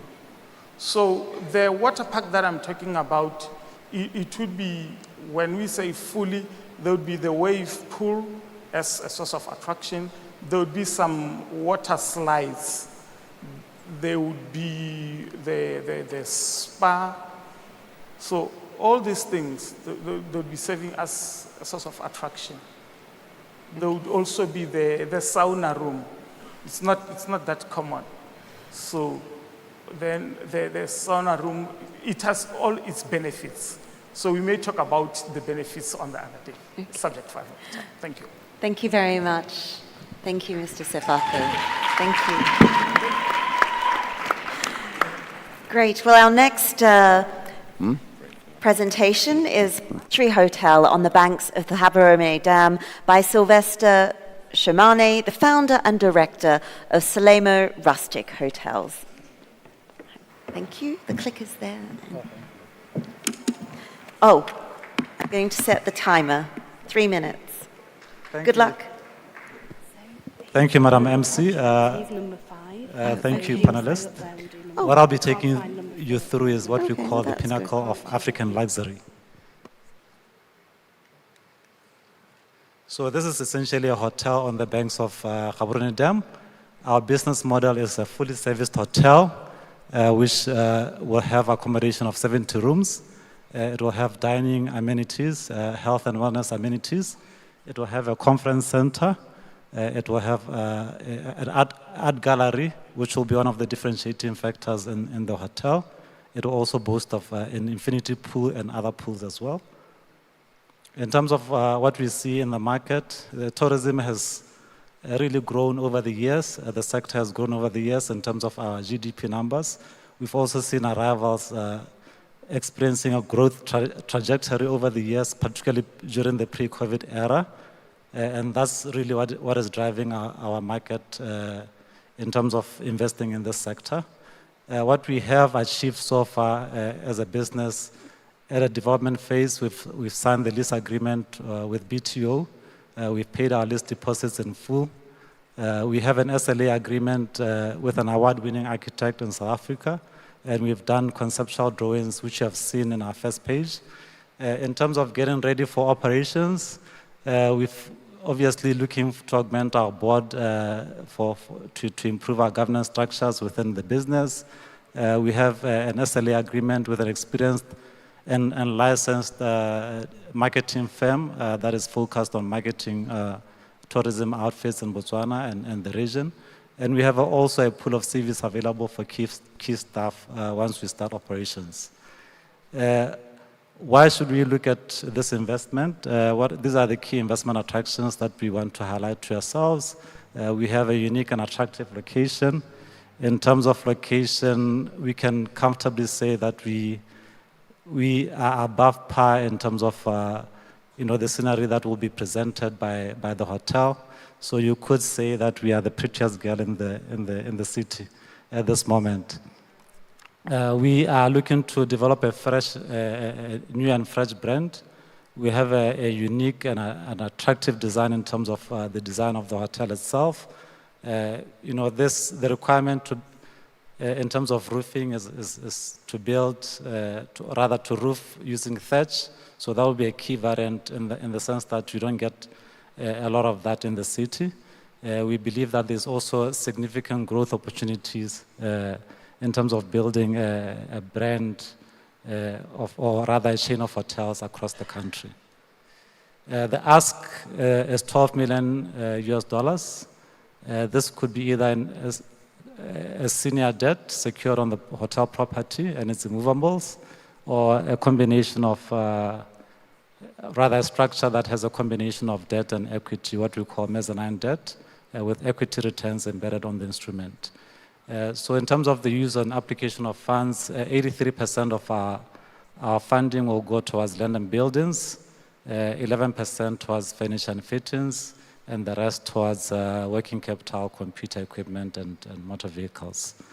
So with that, our esteemed panelists, we have our project.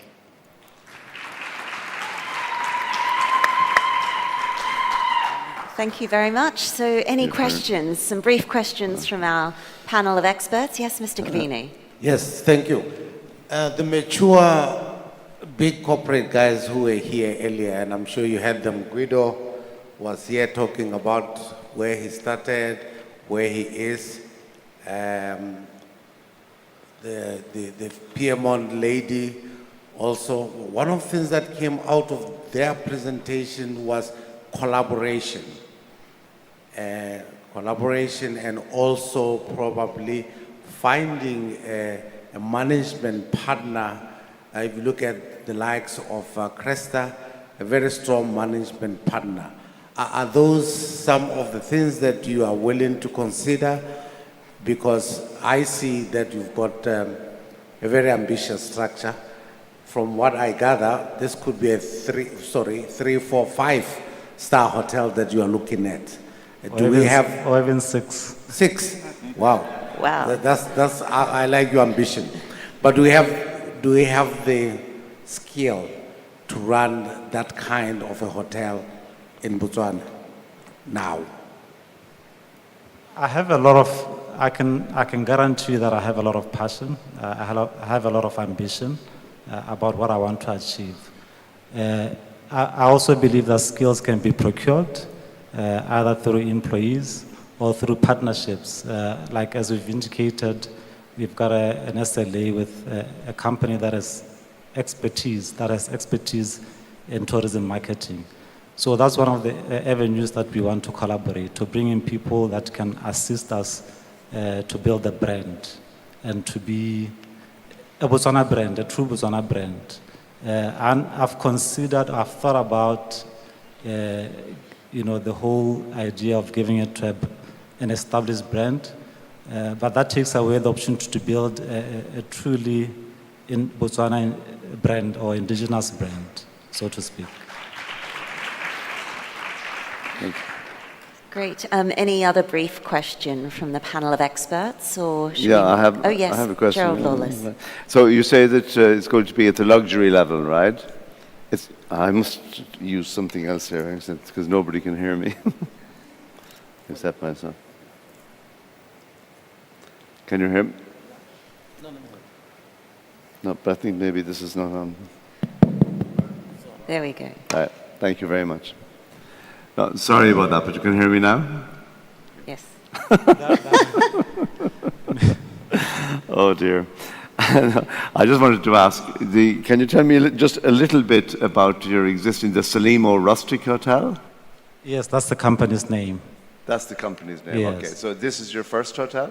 Yes, this will be okay. No, I just want, because I don't know the country, so I just wanted to understand that. But I do want to understand how a relatively small hotel, how many did you say, 70 bedrooms? Yes, 70 rooms. Yeah. And you're going to have a conference center. Do you know what size your conference center is? How many people can it take? We are looking at a capacity of 1,000 people, thereabout. Right. And if you were successful and you got, say, 1,000 people to come to your conference, where would they stay? Well, the target is to, like what we have here at Grand Palm, a lot of people that have come here are not necessarily lodging at the hotel, because there's a drive to build the country as a mass destination. So there will be activities that will happen at the hotel, but not necessarily people lodging at the hotel, those who are attending those activities. Right. And the question I would always ask is, especially in the luxury segment, what on your business plan is your average room rate? We are looking at around $200 per person per night. 200? Yes. Dollars? $200. But, the equivalent of $200. We'll charge in pulas, so that's about 2,500 pula. And how much are you looking to raise in terms of the debt equity? How much are you looking to raise? I mean, are you putting money in yourself, or are you looking for total debt? We are looking at raising either senior debt or mezzanine debt. Yeah. Okay. Thank you very much. Okay. Thank you. Thank you very much. I do like your passion and ambition, because you also have another project. So we also have luxury self-catering chalets and spas. Ruendo Adventure Safaris Limited. Yes, okay, let's hear all about it. I'll start the timer. Thank you. Thank you again, Madam MC. This one is also on the banks of Gaborone Dam. It's a boutique self-catering lodge tucked into, the environment that is Gaborone Dam. The business model is 15 luxury self-catering chalets. We will also have a state-of-the-art wellness and beauty spa. In terms of the activities that we'll undertake at the site, we have canoeing within the dam, electric boating within the dam, biking within the concession itself, mountain biking, guided walks within the concession, and game drives as well. I've spoken earlier about the opportunity in terms of what is available for players to come into the tourism sector. It's a growth sector, as indicated by the numbers themselves. Traction, the same as the previous project. In terms of our key investment attractions, we also have an attractive location, which is unique in Gaborone from this project as well. We have an exclusive wilderness, or rather an opportunity to provide exclusive wilderness activities, as I indicated there in our business model. We have a unique and attractive architectural design in terms of the lodge itself. Boating in the city will be also a key variant for us, which will present a competitive advantage. And we also have an opportunity to grow as a brand in this sector. The ask in this one is $3 million. The same instruments would apply. 72% of our funding will go towards land and buildings, 14% towards furniture and fittings, and the balance through to computer equipment, motor vehicles, and working capital. With that, thank you.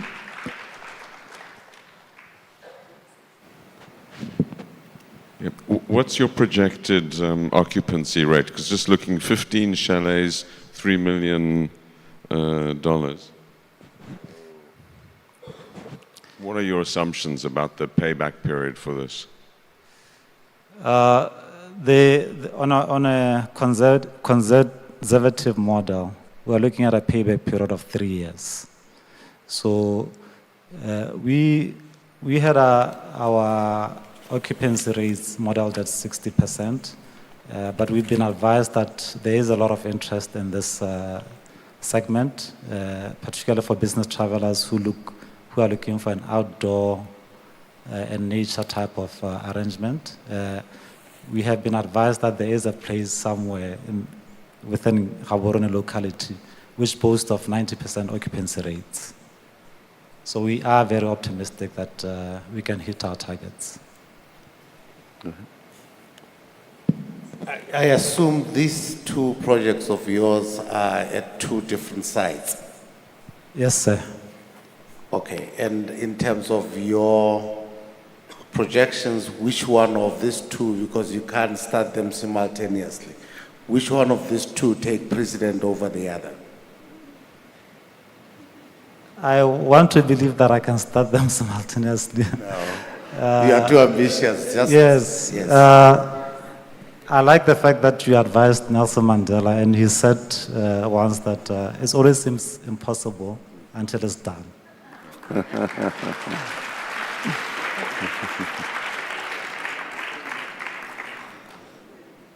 And have you looked at, in terms of the design and the sustainability and everything that goes with that, and how you feel about the, how you feel about the eco-lodges? Have you looked at using an outside brand, or are you looking to just brand it yourself? We are really keen to develop our own indigenous brand. Very good. Yes. Yeah. No, I'm happy to hear it. I think that it's a good thing to do, and why not? But I was just wondering, from the expertise point of view and everything, how you feel you've done well on getting your debt in place and ready to go. So, like the previous questions, how do you manage to make sure that you've got the right expertise to be to operate? We speak to experts in the sector, and we are ready to be advised. One of the things that we've been advised of is to build standard operating procedures, for example, in terms of that will tie into building the brand in terms of our service offering. And these are things that we are able to procure from independent contractors, and we are willing to pay the price in order to get the right service, which is why at this stage we've gone for an award-winning architect as part of that vision to build something that is out of this world. Fantastic. Thank you very much. Great. Thank you so much. Thank you.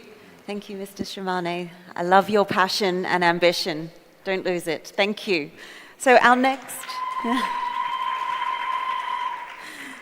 project is an eco-friendly campsite at Moremi Village, and it's being presented by Shakile Abeleng Halope. He's the Managing Director of Mazizi Bush Camp and Stables. Please welcome to the stage. Thank you.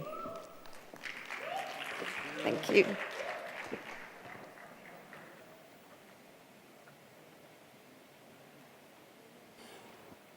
Hello, everyone.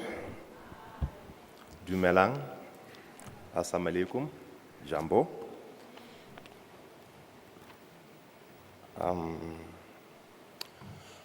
I'm pleased to present this wonderful project called Msizi Bush Camp and Stables.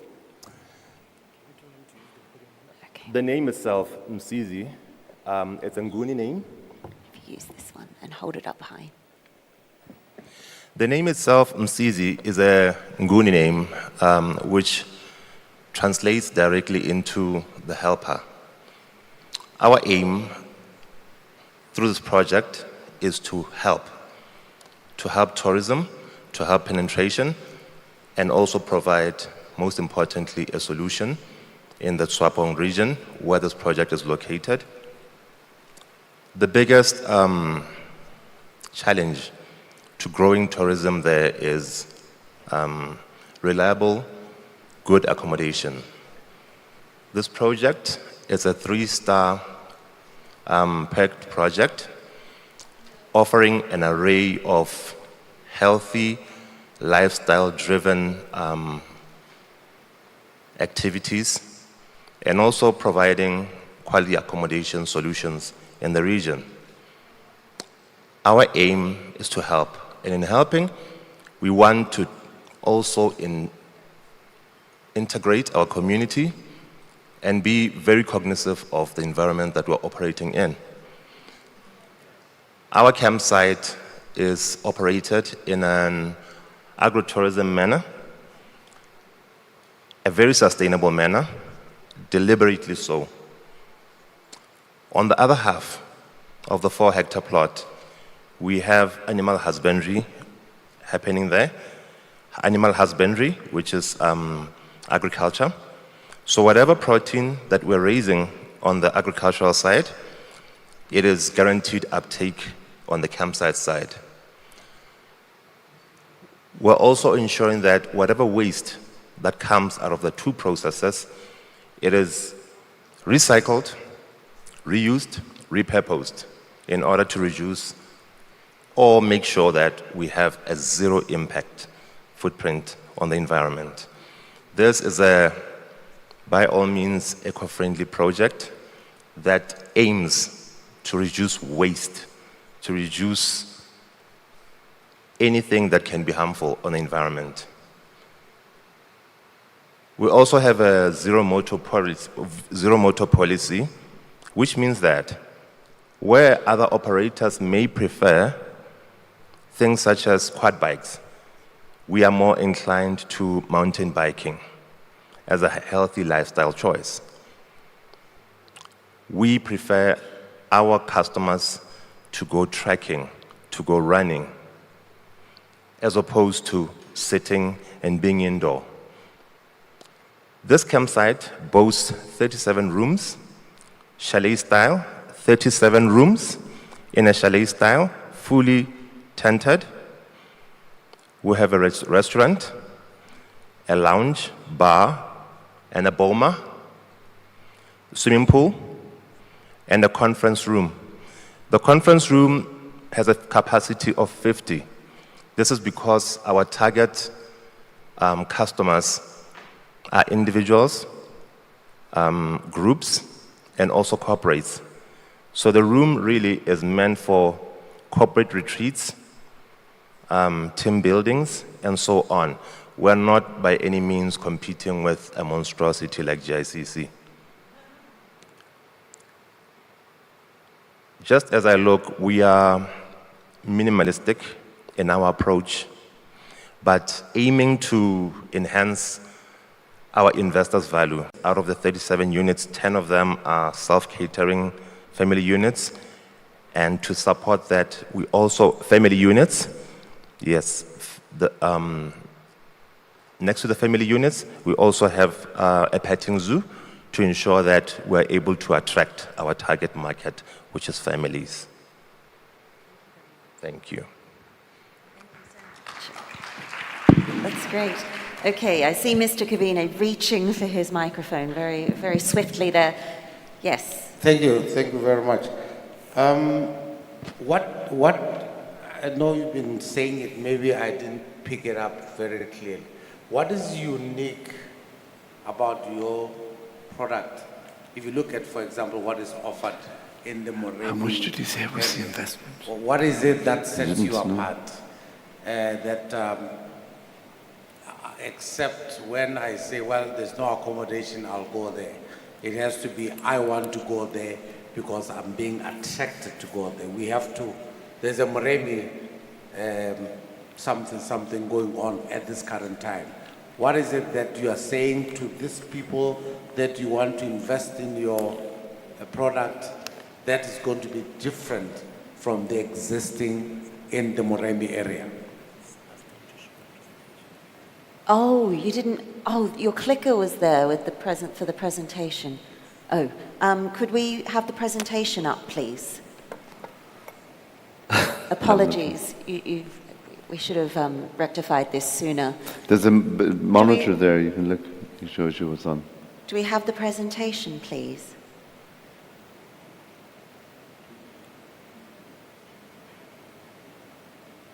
Oh, right. All right. To answer your question, our campsite is unique because, like I said, we are all about sustainable tourism. It's a very eco-friendly campsite, and there is a growing movement around ecotourism that we want to tap into. And location-wise, we're also located en route to the gorge, outside the concession area, outside the protected area, but we are within proximity because we are in the village and it is an owned land, it's owned by the company. There is no limitation in terms of the number of years of operation. You are guaranteed a return on investment and you are guaranteed longevity in the project. Thank you. Okay, thank you. One swift question, yes? Yeah, just to clarify, this is the Moremi, which is on the road to Francistown, right? This isn't the Moremi Game Reserve, which is on the way to Chobe. True, yes, sir. Yeah. So can you tell us a little bit about the financials of this? How much you're looking for and how much you've got, what the occupancy is. Tell us a little bit about your business plan. Thank you. This project requires approximately 1.7 million US dollars, and the occupancy rate 60% normally, and this is taken throughout the year. This is not at peak. Yes. Okay, thank you. Yes, Gerald Lawless. Thank you. Do you know what the ADR is? Sorry? The average daily rate. Do you know what it is? Yes. What's the feasibility? What's in your feasibility? What average daily rate are you looking at? Our average daily rates are $80 for your standard sharing rooms, which are your either twin single beds or double sharing rooms. And then we have $110 on the family apartments, which are self-catering double apartments. And to the question of the professor as well, what kind of return? How many years are you looking payback? Our amortization plan was on 20 years. 20 years repayment. Thank you. Thank you. Thank you very much. Okay, thank you. That's great. Wonderful. Thank you for joining us. Okay. Moving on. Is this yours? Okay. Thank you. Moving on, we've got a culturally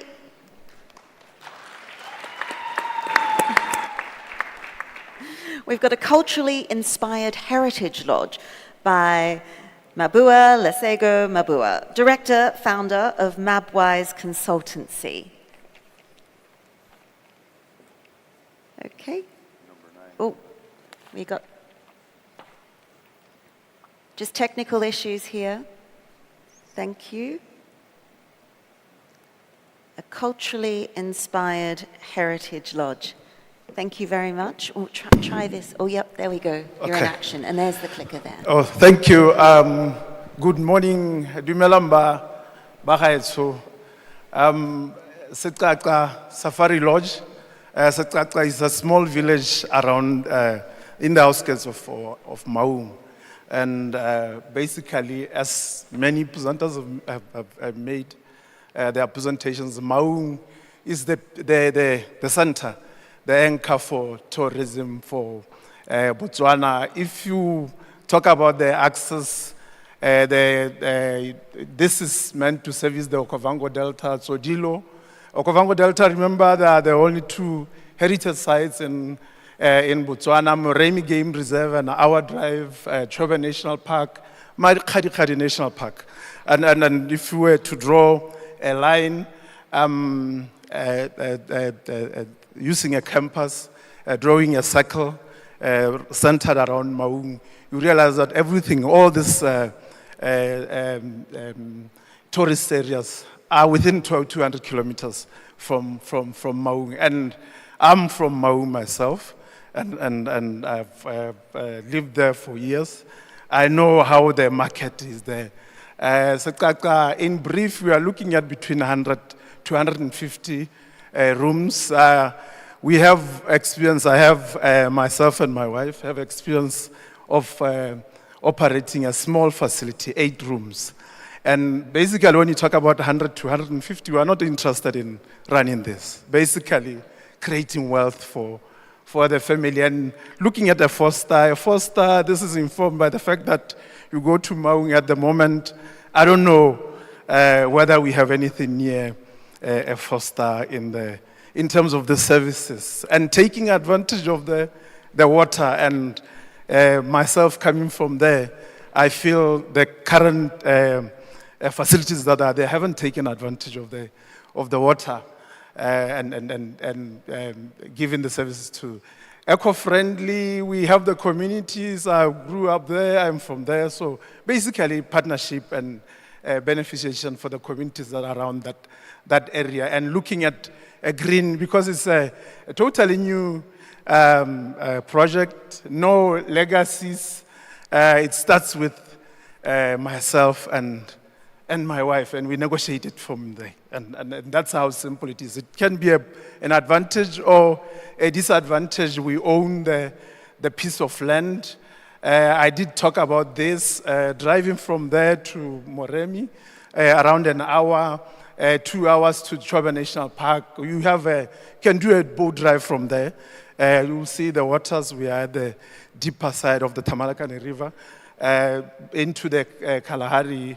I look at this map. I did talk about where it's located. Sekaka is there. The Makadikadi, the Chobe, the Kui Harbors are serviced by this facility. On the map, you have on the right, this is where the location is. We are near to Tamalakan, wonderful Tamalakan River Lodge. And I think the rates are currently 3,000 pula or something. I think 180, 150 US dollars per night. And this is where we are, wonderful neighbors.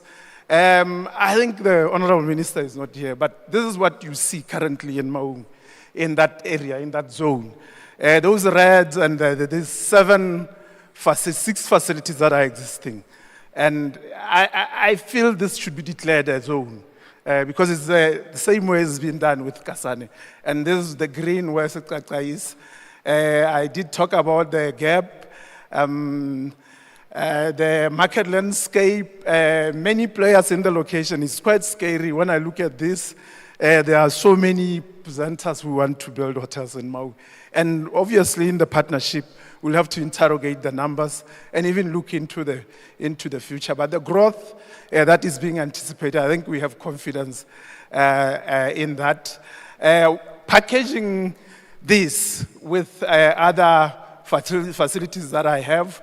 I'm also own a piece of land where currently some horse races are occurring and partnership with this. But just to give you, the business case has been done with returns between 11 to 14%. I think the pictures, this is where the location of the place, and this is the wonderful design, but internally culture and culture and culture. The partnerships model, if you allow me, funding, building, and leasing out to operators, seasoned operators. We can have the BOT, and what is important is partnerships with international companies for marketing and customer handling. I don't know whether I'm done my 3 minutes. Thank you, but I have a wonderful youthful team in me, and we can respond anytime. Thank you. Excellent. Thank you so much. Just a couple of quick questions from our panel of experts. That was great. We're just short on time, so brief question. Okay. Gerald Lawless. Yeah, well done. Just, I know you've obviously got your act together and a lot of stuff that you're putting there. Did you say you're running an 8-bedroom facility yourself at the moment? Yes, in Gaborone. With your wife? Yes, and the experience, I tell you, it's a headache. No. But because we have the land, we have strategic. Does your wife know you think it's a headache? But no. Sometimes, of course, when we don't agree. Remember, okay. I think yes. But I just say one thing that would just strike me as a hotelier, that you say you're going to lease it out to a hotel operator to run it. You know, a hotel operator, they will not lease. An international one will not anyway. They will do a hotel management agreement. But they won't lease. They will just take a percentage of your revenue and a percentage of your bottom line and give you reservations and put it through that way. But have you already got somebody who's willing to lease it? No, this is very fresh. Okay. I think people are lucky that are seeing this for the first time. And, and this forum is really helping me to market it. Yeah. Thank you. Thank you very much. Yeah. Thank you very much. Oh, one last quick question. Yeah, Mr. hi, Kabine. So you are taking Cresta head on, eh? I like that. My friend. But tell me, obviously your Crestas, being the biggest operator in Maum, will probably have their own understanding of how it looks like and how it is performing. And some of the things that are probably going to be blamed is lack of or inadequate connectivity in terms of numbers of tourists that could go there, but because of the handicaps that maybe our national carrier has, they are not getting the numbers. And Cresta will probably say, probably they are not performing because of that. I don't know, I'm just saying. How do you plan to change that with your VVIP outlook? Because that's what I picked up, that you're focusing on, what's this word that we were talking about from America yesterday? Will Smith and the rest. No. How do you get them there? Yes. I think what is good is that if you talk about Cresta, I see my friend here. That's why it's scary to sit here and talk about competition with him. we are able to get information from since it's a listed organization and use that to inform the numbers that we do. But I feel with collaboration with international marketing companies and for customer handling, because like I'm saying, if you go to the Okavango Delta, look at that map, we are at the edge of the Okavango Delta. People pay, this facility that I'm showing you is, where is it? Did I press something? Hey. Yeah, this one, in Kwai. People pay $1,000 per day. And it's all an issue of collaboration. This is my cousin's facility. It's been booked for the next 12 months. So that's why I'm talking about partnership with distance, because it's transit going into the Delta or Chobe National Park, transit coming back, going to Zodilo Hills or Makadikadi Pens. But I did talk about the legacy. Don't take for granted the legacy issues. You look at some of the ones that have been existing, the legacy cost can be, yeah. And like I'm saying, I'm positioning this to be enjoying the sun, the sun and actually an extension of this is, you see those trees, is an island there.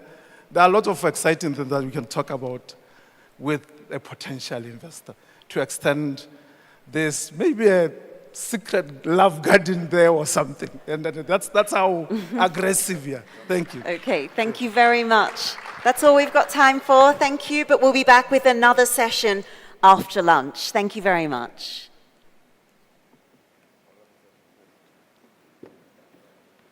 Well, another session of this, discovering opportunities in Botswana. We've got lots more sessions in between. Don't worry. Thank you. Thank you very much, Carmen. And another big round of applause, please, ladies and gentlemen, for our, do we call them the sharks or are they the dragons? Mr. Ian Golden, Mr. Gerald Lawless, Ladies and gentlemen, it's 12:17. We are very far behind the program. We're going to have a very short comfort break. There is also some refreshments that have been prepared out on the lawn. They are in takeaway friendly packaging. So please grab a cup of coffee, a box of juice, and your sandwiches and fruits, and come right back into the venue, because at 12:25, we get into the last session, or the last session before lunch. It's a panel discussion on the hotels of the future. So if we could quickly make our way, it's literally 5-7 minutes.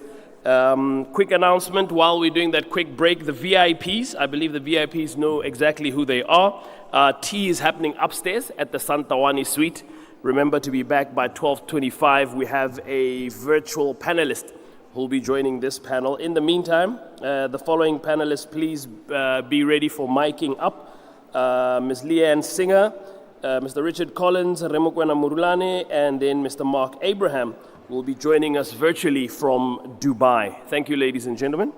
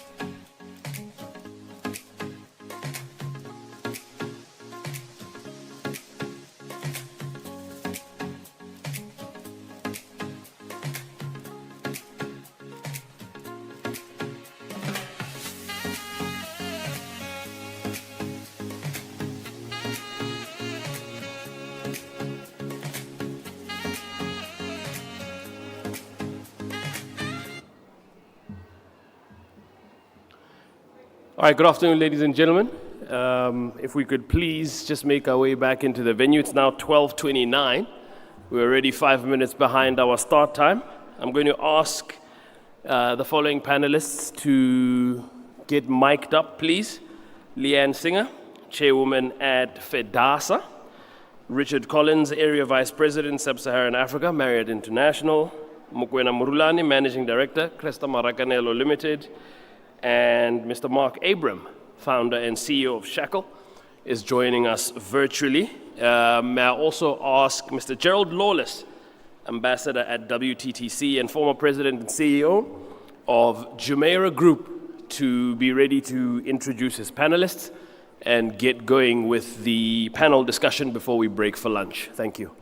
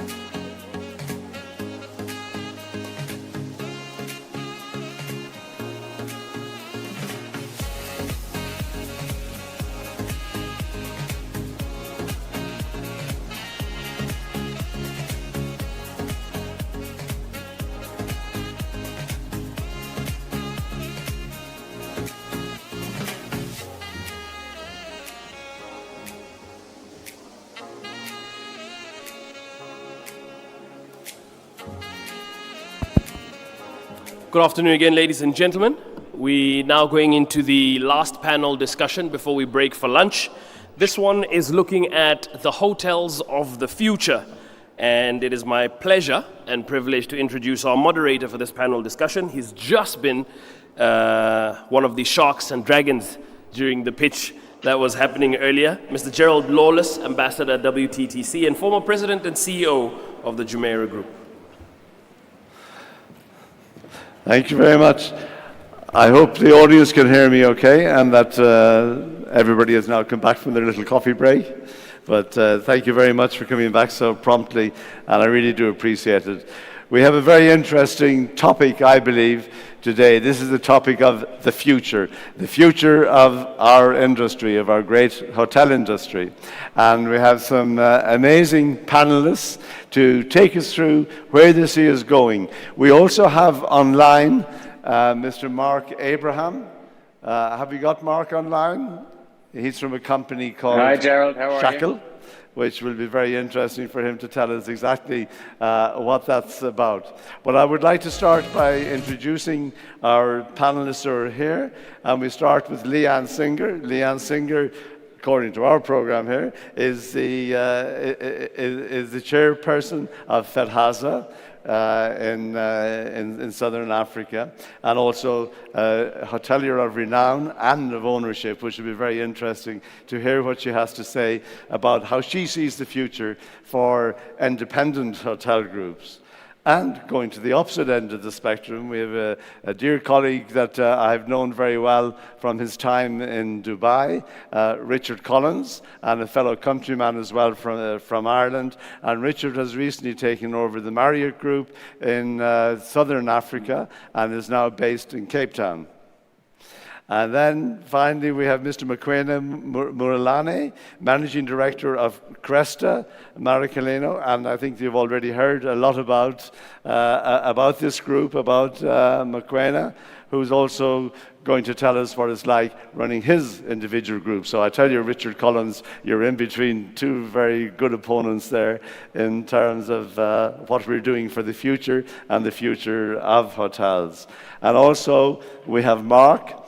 Mark is joining us from Dubai, where he has set up in a new company. And disclosure from my point of view is that I'm on Mark's board of directors as well, who has just recently set up with this keyless operating system that he would tell us about. Because Mark is a bit time-bound, and yes, I know Leanne and Richard are a little bit as well.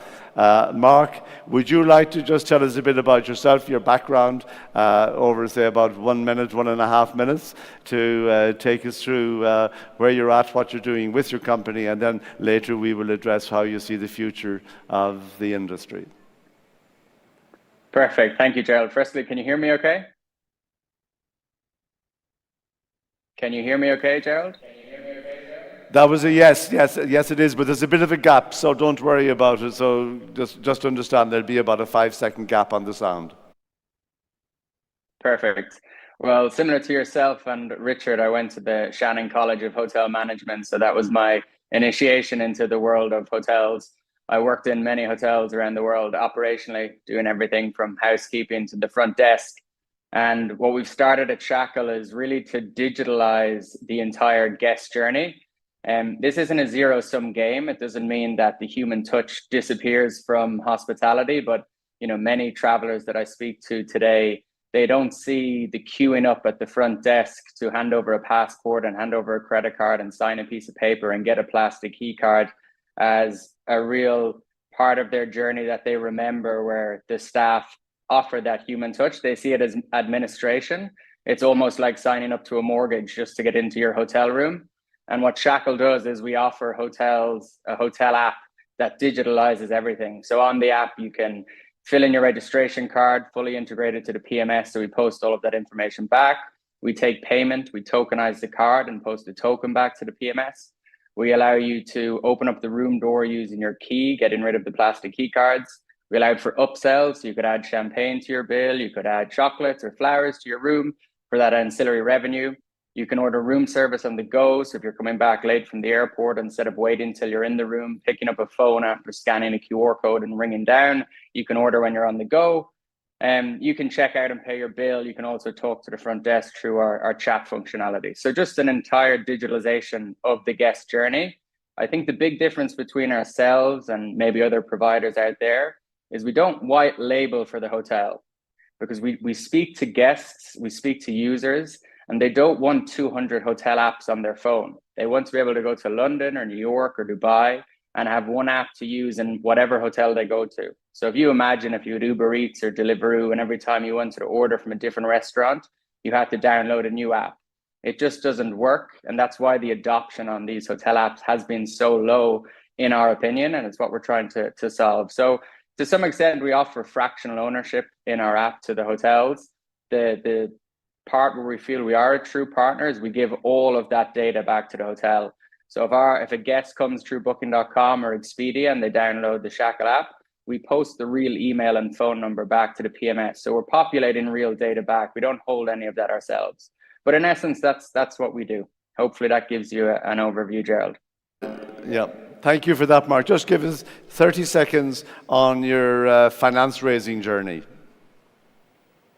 Yeah, so we're a tech startup. To give you an idea, it's something I definitely love to talk about later, is that hotels right now spend around 4.5% of their revenue on tech and marketing, compared to the duopoly that is Booking.com and Expedia spend 65% of their revenue on that. We're a tech startup, so 80% of our revenue goes to software engineers. To date, we've raised $20 million from some incredible investors. We have the founders of Checkout.com, the founder of Lime, the CTO of Uber, the CTO of Pinterest, all as investors. We have the great Gerald Lawless on our board. And we spend all of that money on engineering. We build our product natively on the iOS store and natively on the Android store. It's a big difference compared to a lot of the hotel apps that are built on React Native. And the reason being is that those engineers cost a lot more money, but the functionality and usability of the product is much more supreme.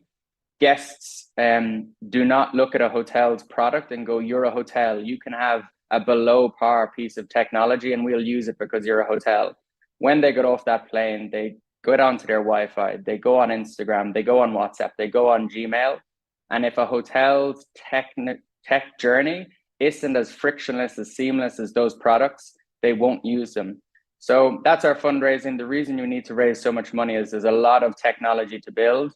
If you think about the industry today, there's companies that provide room service, chat, keyless entry, payment, check-in, upsells, all as individual solutions, and there are companies that just do those features. We build all of that in one app, so it's one app for all. It's an all-in-one solution. That does require a lot more engineers, and that's why we've had to raise so much money to date. But hopefully we're delivering the best product that hotels can buy. As you can see, having 3 Irish people on the panel, we're going to have a lot to say today, so that should be fun. But I'd like now to ask Leanne Singer, please, if you can tell us about your own background, about what you do and how you do it, and then we get on to the future later on, as they say. So I wear various different hats. My day job is in tourism. We have a retail travel agency. We own and manage several properties, and then we have restaurants. So we look at the entire ecosystem of tourism and how we can service all along the way. I'm sitting here today wearing my public hat, which is as chairperson of FedHasa in the Cape, and I sit on the board of Cape Town Tourism, and our Chamber of Commerce and Industry, I head up the tourism portfolio sector there.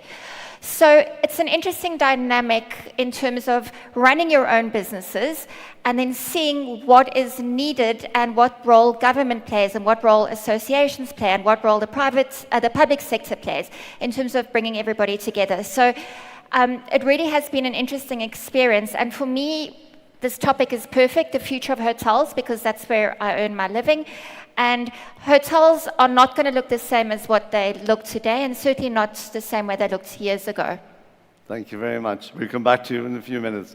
And if I could go now to Mokoena, please, if you can tell us as well about yourself and your company. Thank you. Just maybe want to pay tribute to, before I start off, to BTO, Botswana Tourism Organization.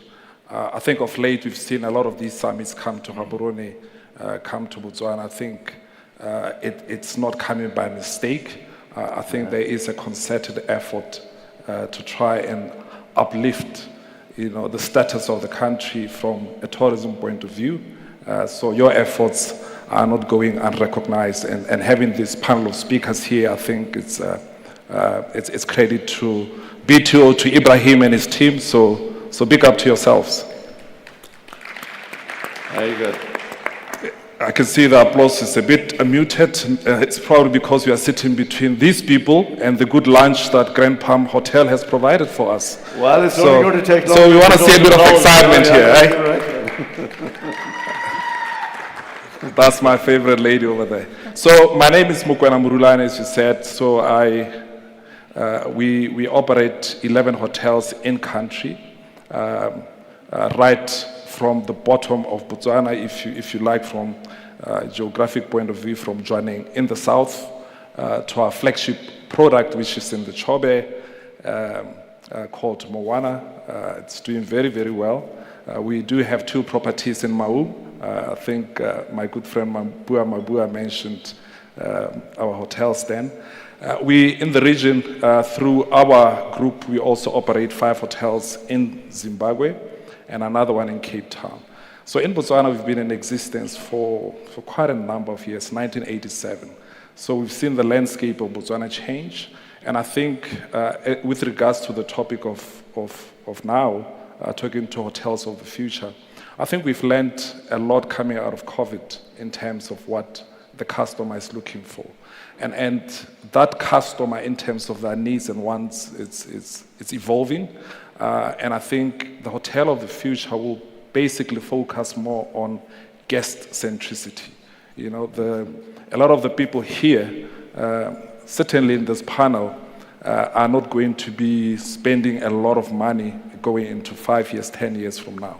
So who's going to be spending that money? It's Generation Z, it's the younger people who are starting to work, the younger people who, some of them have got preferences that are different to us. Some of them don't want mortgages, they want to rent, not buy. They are not looking for, some of them, fancy cars. They are looking for experiences. So it's about experiences. What sort of experiences are people looking for? And as a hotel group, how do you differentiate yourself from an experience point of view?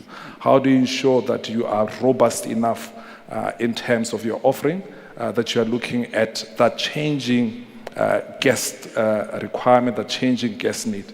And now with technology, we've seen evolution of technology during COVID in terms of data analytics, in terms of AI, in terms of those wonderful things. So if I can hold you for a second, because I want to talk about the present, and then we'll go in the future. Certainly, if you don't mind for a second. Sorry, getting ahead of myself here. Otherwise you can go here.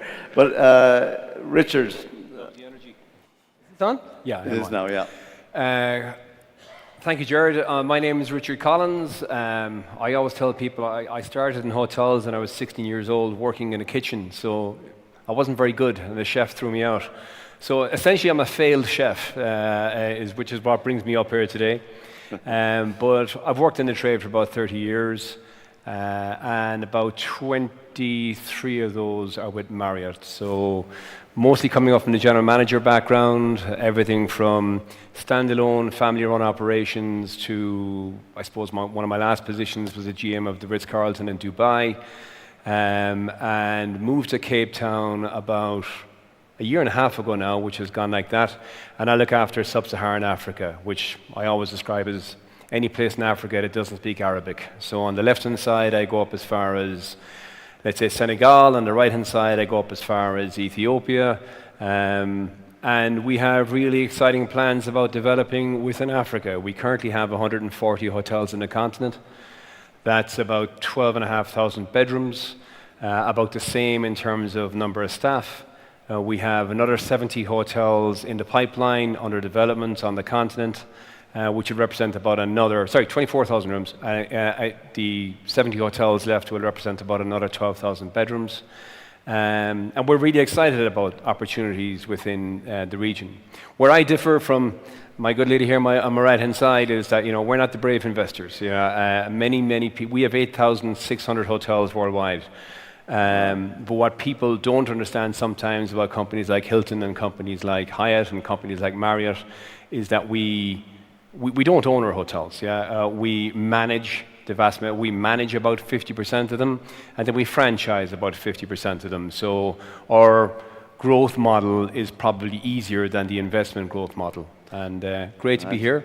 I used to tell people in Dubai, actually, when I was asked to introduce myself, because at the time I was running 12 mediocre hotels in Abu Dhabi, and Jared was running Jumeirah.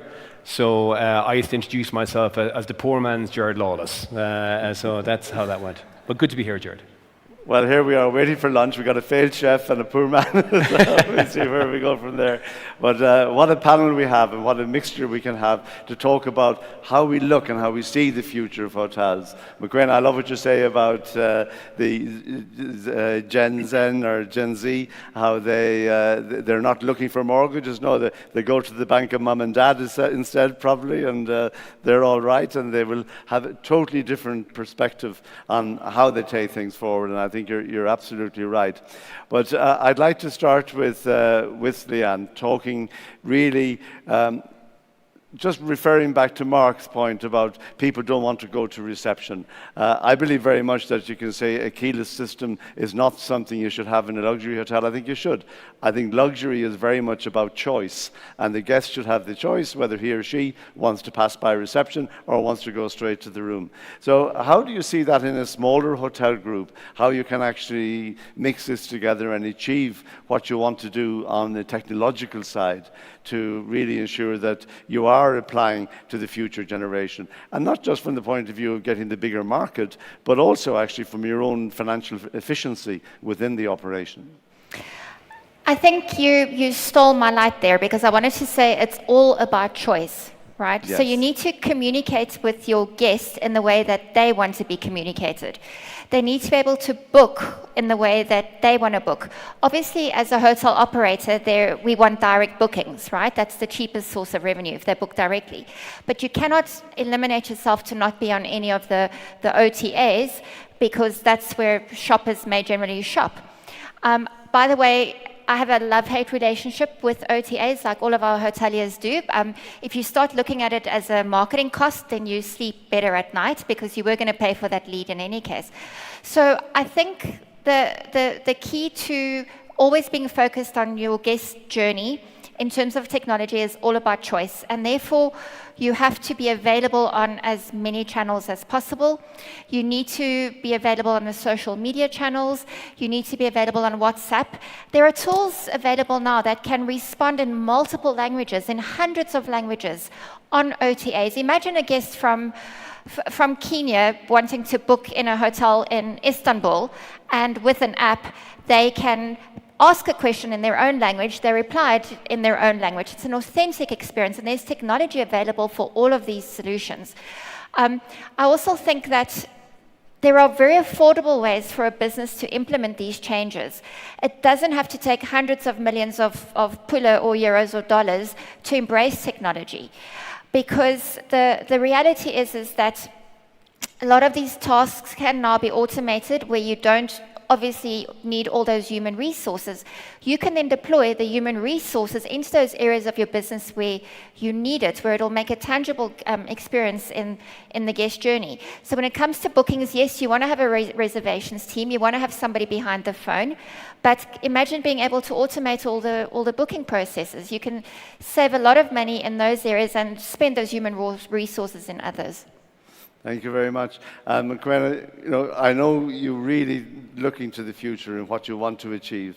And again, I would like you to address more or less the same issue. Where do you see the major opportunities for an independent group to be able to avail of technology to the advantage of the business? Well, I think, for any business, there is, financial sustainability. You need to be able to generate the return for investors. So whatever you do, after all is said and done, investors are looking for a return.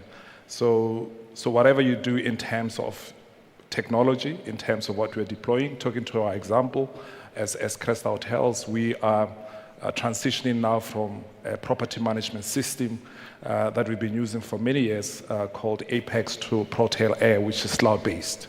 So why are we transitioning to that particular system? Because it gives us more data analytics. We are able to understand our guests better. We can do a lot of personalization. We are able to offer unique offerings to our clients before they come. We are able to understand them better. We are able to sell some of the things that we have, particularly because of the scale that we have in terms of the hotels that we do. So you need to be able to also just look at your processes. How can we do things better from a digitization point of view? Digitizing your processes, from accounting throughout the various operations, digitalization, use of AI. We are using a tool called Atomize. Basically from that tool, we are able to do what the airlines have been doing for many years, which is dynamic pricing, where the price is not constant throughout the various channels. So in that way, we're able to maximize on revenue and revenue opportunities, but also you have to be conscious of costs.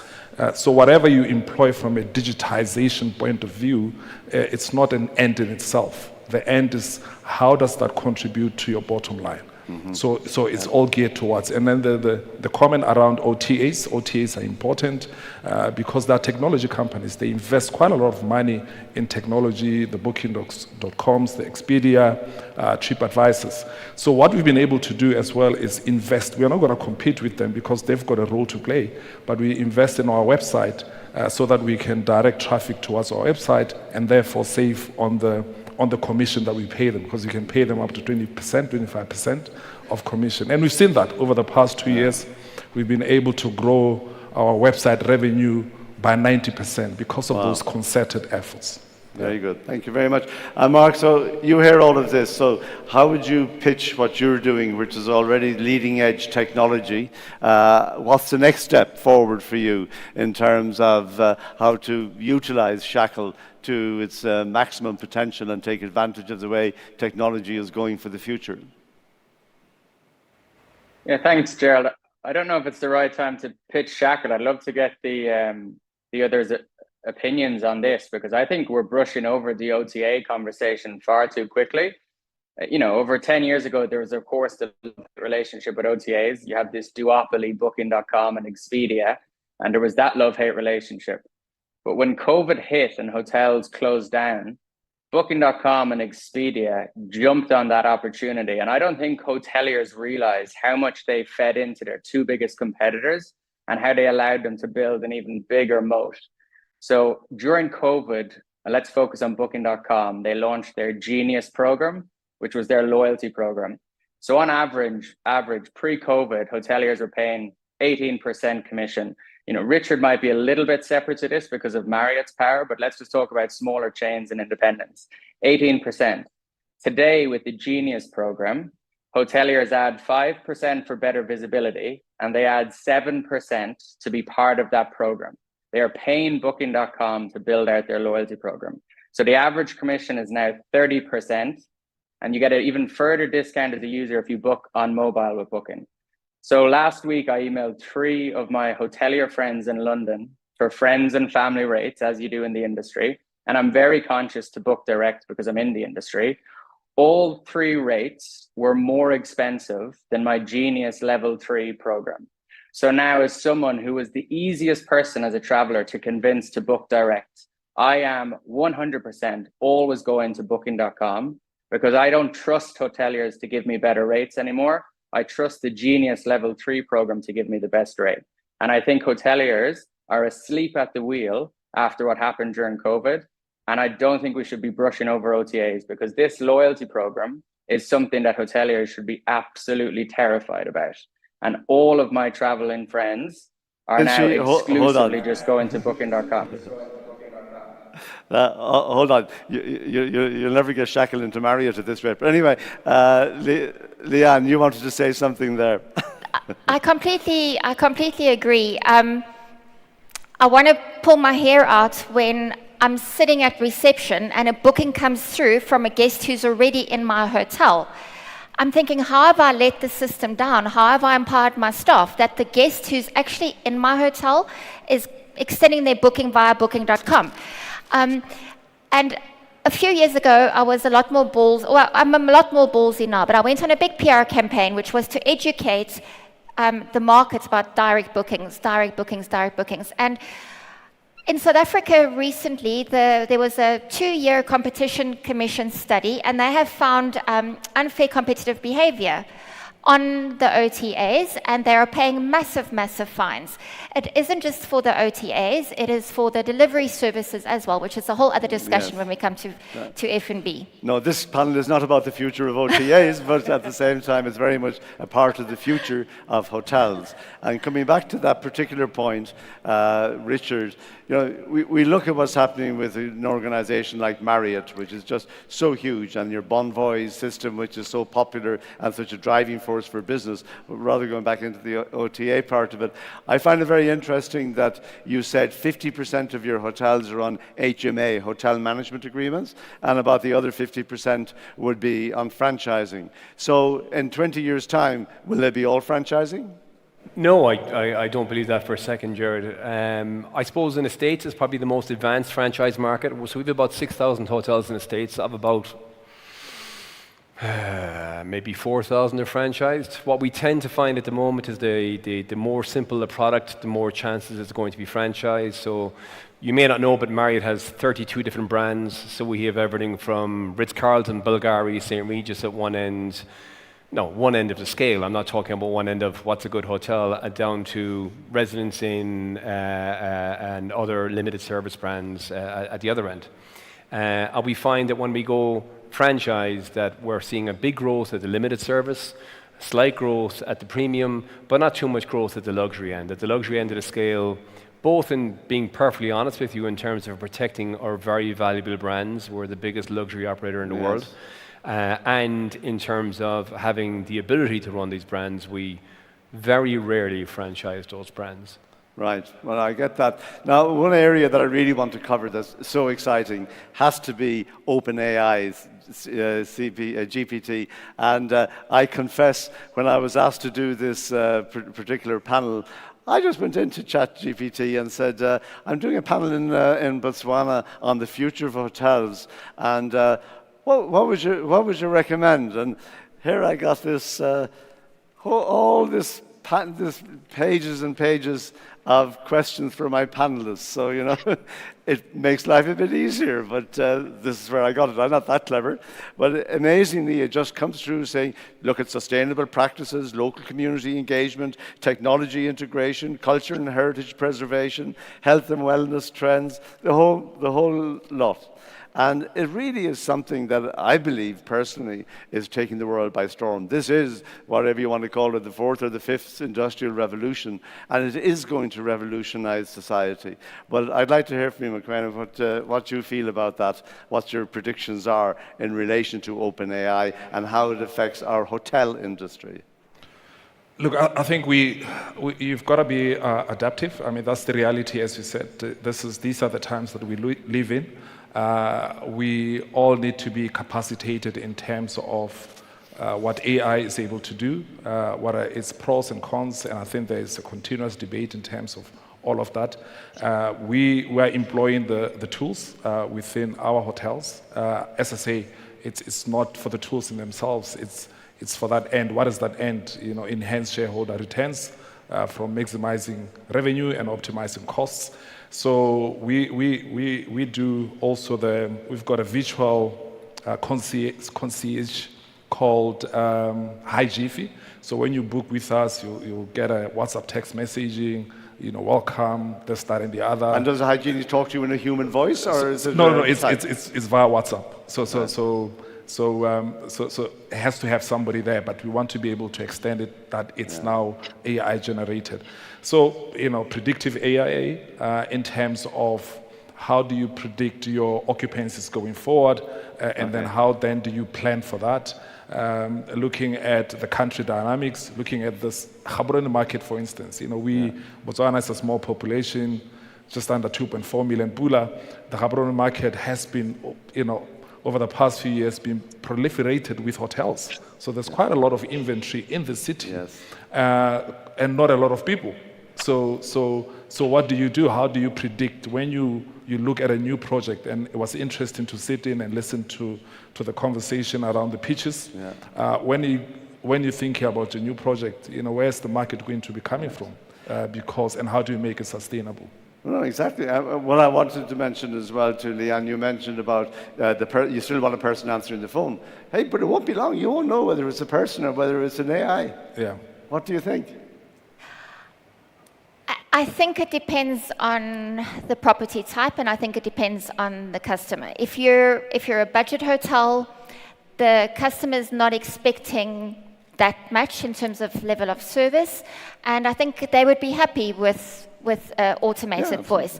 But I think if you're staying in one of the beautiful lodges here in Botswana, you're paying a couple of $100, you're going to want an actual human being. So I think there are many different solutions. There's no one answer. I think it all boils down to authenticity. I think it all boils down to your brand, and we've got to celebrate what we are. Here in Botswana, what I've experienced tangibly from the minute I got off the airplane was the people's friendliness, genuine, authentic friendliness.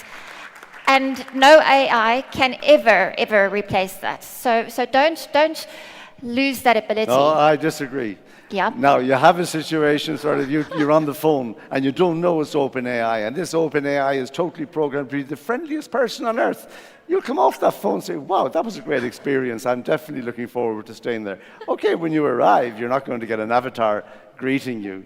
And I really honestly believe, it'd be interesting to hear you, Mark. I mean, you're in that line of business, in the high-tech business. What do you think on the AI situation? Sorry, Leanne, I didn't mean to say that. Yeah. I really don't want to be Mr. Negative, but I think hoteliers talking about AI already is quite funny, I would say. Makwana, I think, mentioned that he's just moving over to ProTel Air because it's a cloud-based PMS.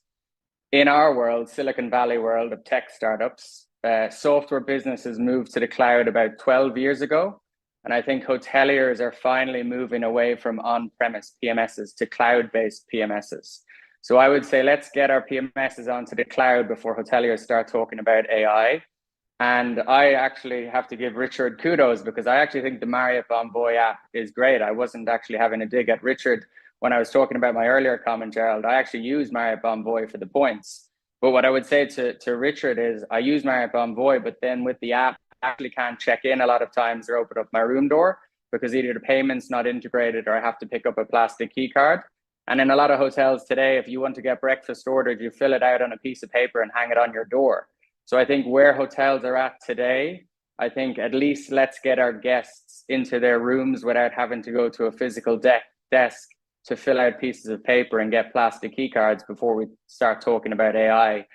So I think the hotel industry is a little bit premature to be discussing AI. But again, I don't want to be Mr. Negative. I'm just looking at where we're at today. You're the second panelist I disagree with now in the last few minutes because definitely I think that it can be a huge advantage. Why would anybody have to write it out and put it on your doors? Because there's nobody there to answer the phone when you call down for room service. So please, Leanne, you want to say? I think that use AI in other areas of running our businesses, right? It's not just the guest experience, it's the data. It's in terms of our marketing of our hotels. Exactly. I have sadly ended 2 contracts of copywriters because I can literally put it into ChatGPT. They can write beautiful blogs for me with all the SEO keywords that I want. It takes a couple of seconds, and there I have it. So there are lots of ways that we can implement it in other parts of our business that doesn't necessarily have to impact on the guest experience. No, exactly. My son's a lawyer, and he's so worried about they won't need him anymore because they've got it. But Richard, the big boy here with all the I'm not sure if I'm the big boy here. No, you are indeed in terms of the spread of hotels, and kudos to Marriott. I was always a great admirer of the scene, Bill Marriott, who of course, just a fantastic person, and the way his approach, and you talk about the humanization of hotels and everything. Yes, he's just brilliant the way, when he visits a hotel, he comes to the back loading bay, he goes through and talks to the associates, the colleagues, whatever you call Bill them. Marriott has walked me through several hotels. Bill Marriott's about 93, 94 now, something like that. And he's not as active as he used to be, but only in very recent years. But he's a hotelier, he's not he's not a corporate machine, and we'd be very proud of our company. We're really a second generation family company that's 100 years old. And David Marriott now, which is the third generation, is chairman of our board. So we're very family. But to loop back to the kernel of the question, I think, Gerard, you talked about AI and its uses, and I agree with everybody in this panel. But I think we need to take a step back sometimes, and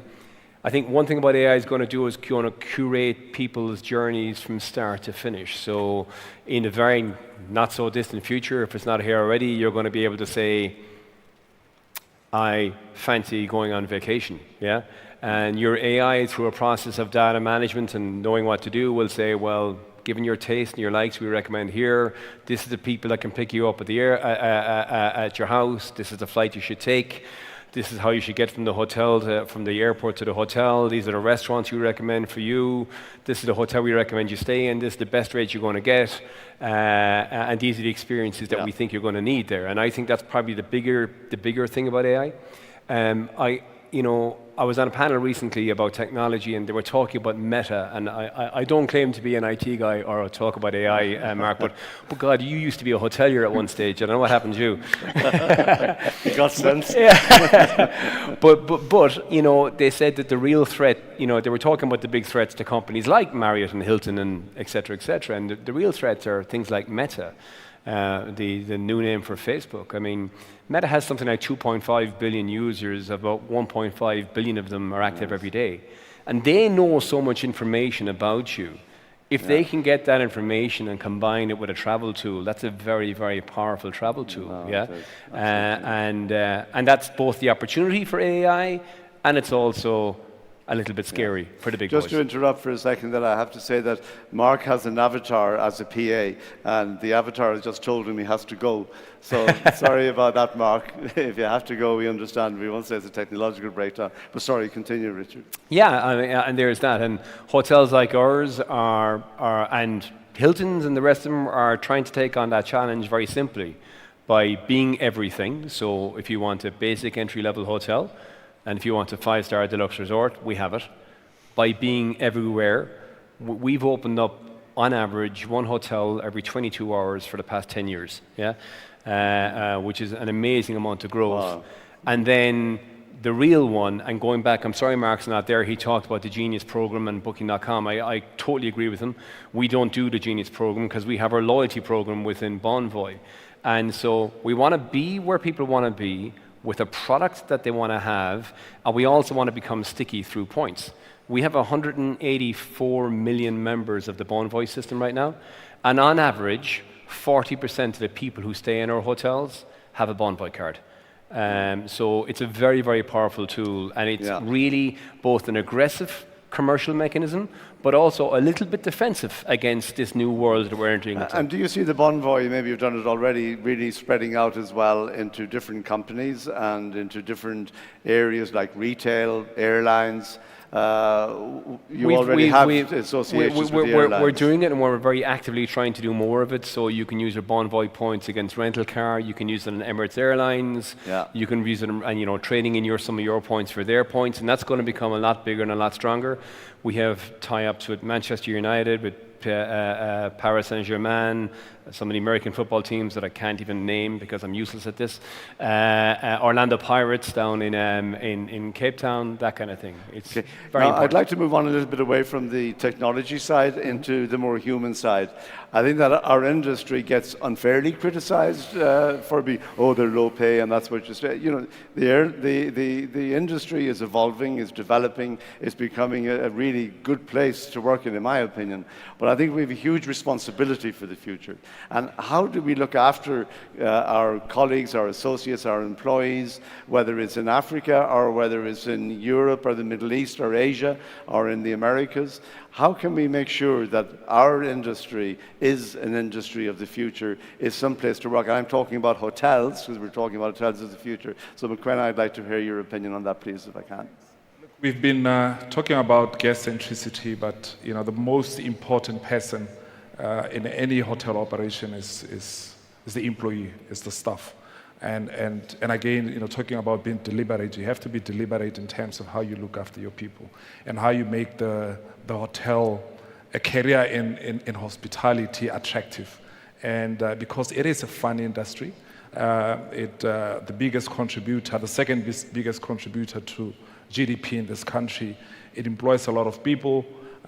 So Minister has just come in. Hello, Minister, Honorable Minister. And I wanted to pay tribute to BTO, because we've seen a lot of these events come in. And I think, you sitting here, I know you're going to be throwing resources at BTO in terms of marketing this country and ensuring we have a lot more of these. So it is an avenue where we can create loads of employment for our people. We are bedeviled with unemployment in Botswana, in Africa. I mean, people from Dubai, Europe, you talk about single-digit unemployment rates. In Africa, in Botswana, it could be anything from 22 to 35%, who knows? And most of those people are the youths. So we need to be, as we talk about AI, digitalization, and all the rest of it, we need to also be conscious about that it is about people. We at Cresta, we sell smiles. So it's interesting that Leanne talked about coming to the airport and getting those genuine smiles. So our tagline is where one smile starts another. So it's quite deliberate. We're gonna, because you smile and then you're gonna encourage the other person to smile, and that's where service comes from. You can't have an AI tool giving you a smile. Yes, it can improve your processes, it can ensure that you are more profitable, but the human aspect is so sacrosanct. Yes. And you have to be deliberate in terms of how you look after we all agree with that, but I think that I still worry sometimes. I mean, do we really apply what we believe in? Do we really do it? Do we really try to ensure that the staff at the junior levels, who are after all the people who meet our customers more than the management, more than anybody, do we really try hard to ensure that they have this career development that you talk about? Because I know we have opportunities. And Leanne, I see you're dying to say something there, so please. I think we got to look at the whole ecosystem, right? We got to look at what the business needs, and you mentioned your investors, right? So let's start at what the investors need, and then let's look at what our educational institutions are delivering. Once the students have qualified and they're in the marketplace, there is a massive mismatch between what they learn at school, what they learn at the educational institutions, and what has to take place to make them successful in the workplace. And I think here is an important role. This is where associations come into play, the associations that represent the hospitality industry, because we are the gateway between getting those students and helping them find employment and hearing what employers need and making sure that that feedback goes back to the educational institutions. Then we've got to look at bureaucracy. How long does it take to rewrite a curriculum? It'd be interesting to see what is in the curriculum at the moment, and is revenue management in terms of channel management, OTAs, are those things in the curriculum at the moment? Are they being addressed? Because people look at a career in hospitality and they think, I can be a receptionist, I can be a waiter, I can possibly be a GM, I can possibly be a reservationist, but there are so many other careers in hospitality. Revenue management, these are data geeks, these are really clever, smart people. Then you get the marketing teams. There is a whole other element to hospitality that's not marketed and communicated at all as career options. And I think that's where the areas of internships, I come into it. I've always very much respected the way the third level education in hotel management colleges included, we know from the Shannon College of Hotel Management, where a number of us went to, that we would spend almost a year working in, say, food and beverage before we actually went into the academic side. A year in Switzerland, a year back in Shannon doing academic and very much finance, and then a year as well working as training managers on internship, and then come back. Because I've seen now a lot of universities in different curricula are actually bringing in these internships, which our industry was very much the leader in that. So would you think that that is still something that's quite important in terms of how you structure infrastructure, the educational side, but also looking, I love your point about how you have to look at all the different types of careers that can evolve for an individual within the hotel industry. I think that there's a lot that governments can do to incentivize businesses to take on internships, right? And there has to be a platform for dialogue between business and government. In South Africa, we have our CETAs, which are organizations that are run by government, but they incentivize training. And if you work your CETAs really, really well, you can actually make a bit of money as a business owner in terms of the money that you spend on training. And that's everything from skills development. So I think government has certainly in South Africa, we've got a long way to go to communicate the programs that are available, because government does so much. My only criticism to government is we suck at communicating all the funds, subsidies, incentives, programs that are available. Thank you very much. Richard, I'll give you 20 seconds on this because I want to go on to another topic as well. The first thing I say to you, Jerry, is we had a really eloquent lady up here who's in the hotel business who said, if you want to work in the hotel business, you got to be ready for 18-hour days. Yeah. And whilst I understand the reasoning behind that, that attitude in our industry's got to stop. Yeah. Because honestly, people won't do it anymore, and they're right, Jerry. Yeah, I agree. They're 100% right, because it's not fair on people, and if we want to encourage people in this industry, they can't do it. The second thing I would say, however, to your point earlier, and I'm based in South Africa, so I'm more familiar with the numbers down there. There's 72% or something like that youth unemployment in South Africa. This is the industry that will save that situation, because they're not well educated. That's just a fact. It's not an opinion. And this is the industry. You can take those people in and give them a career. And I think it's 1 out of every 10 jobs in the world isn't somewhat related to travel or tourism. 330 million jobs at the moment, nearly 11%. And if that was IT, it would be getting a lot more attention from governments around the world than it is. And it can solve the biggest problems of Africa, which is youth unemployment, or one of the biggest problems, which is youth unemployment. Absolutely. So now, we haven't talked about that in the room, for Botswana I won't say, but is the CC, the big 2 Cs, climate change. And it is affecting us all. I find it extremely frustrating when we see all these activists, particularly in Europe, talking about don't fly anywhere, don't go anywhere, don't travel. Totally ignoring the benefit, of course, to local communities in this continent, all around the world, in Europe as well as in Africa, the benefits of travel and tourism directly to local communities who actually get cash in their pockets because the guests come and visit there. But I'd like to hear again, McQueen, if you could start with it, please. What's your take on the climate change, specifically in relation to the future of hotels?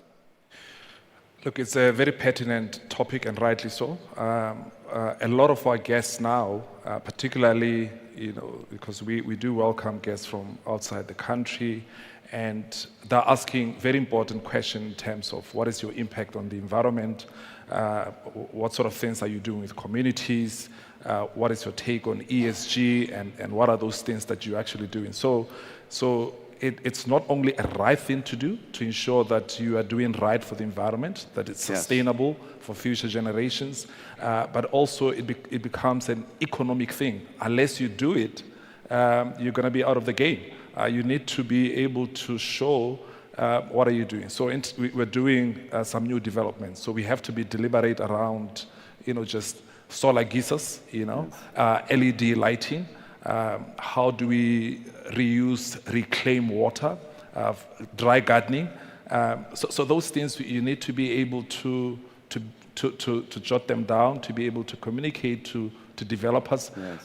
Marriott is a big international group, but we take on leases, as a regional brand. So we are happy to pay rent if it makes economic sense to some of the people that were pitching here earlier. And then we work with developers. What sort of structure are you going to put in place? Does it make sense? Can you reclaim the water? Can we use it? Are we going to use solar?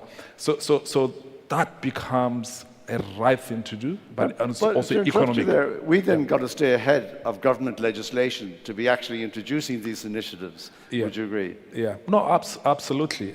So it comes from as I said, doing the right thing. What is the right thing to do? So it has to come from what is our moral obligation to our environment and to future generations. So when you are doing something for the right reasons, and then unless you also do it for those right reasons, it will hit you in the pocket, because your guests will say, unless you have these sort of things, we are not going to book with you. No. And then we will vote with our feet. We will take our money elsewhere.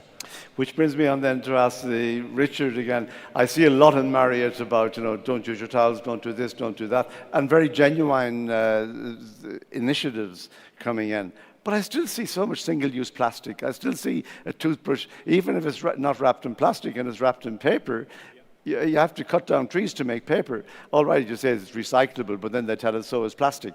So, where do you see yourself going in terms of being as close as possible to being absolutely squeaky clean in relation to what you can do within a hotel in relation to single use or whatever you want to say? So certainly from our point of view, our CEO, Tony Capuano, has recently come out with a goal that Marriott wants to be carbon net zero by 2050. And that sounds like a long way away, but we know that goes quickly. And that's a huge target to get to.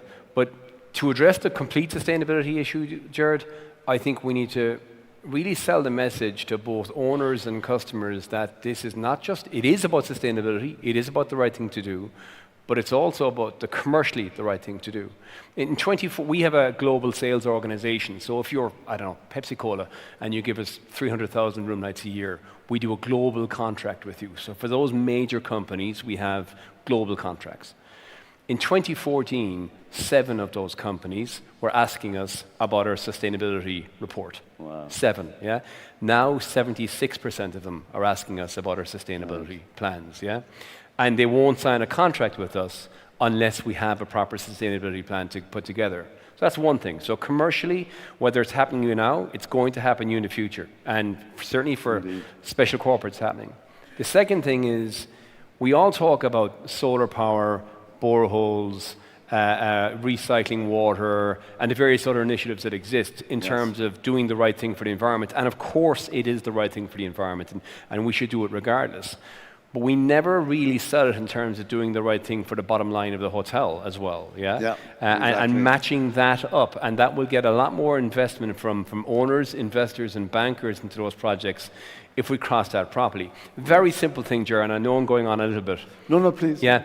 A BMS system in a hotel. I have no idea if this hotel has one or not. A building management system. Yes. It's a computerized system, so we talk about technology, which tells you what air flaps to open, what air flaps to cold, what temperature it needs to be, what temperature it doesn't need to be, your hot water boilers, etc. That can save you 15 to 20% in your annualized utilities bill, minimum.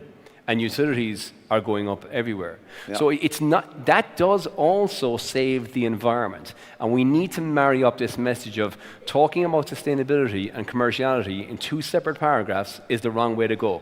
We need to talk about them together. Very much to that point, I like to say very much that whether or not you believe in climate change, I personally do say whatever you do, it's good housekeeping to actually, it works for us in our industry. Liam. As a small business, when I started encouraging, when Cape Town was facing day 0 with the water crisis, we put simple messaging up in the room to say that 2 out of 3 guests will recycle their towels today, and my laundry bill dropped by over 100,000 rand in a period of 4 months. Right? Wow. Because they were conscious. I did a bit of peer pressure in terms of what other people would do, and our laundry bill like that. And I'm very much, it's such an emotive topic, this, because coming from South Africa with massive unemployment, where children go to sleep hungry, you've got to look at Maslow, right? So yes, the environment is very, very important, but how do you tell someone when they go to sleep? Now, but one point to this. I did recently where I got the thing, don't use your towel, don't do this, don't do that. So I met the hotel manager and said, if I don't do that and you don't change my sheets, will you put an extra apple in my fruit basket? Or what will you do for me? I don't see very often that the customer is getting the benefit of their good habits that they're applying. But it's altruistic, right? We're making them feel good about themselves. That's what we're doing. Yes. I think so. I think so. If you communicate, it's all about communication. If you communicate it properly and you subconsciously reward them for that good behavior, like that simple messaging. I could have said, please recycle. If you don't want your towels washed, hang it up or throw it in the bath. Yeah.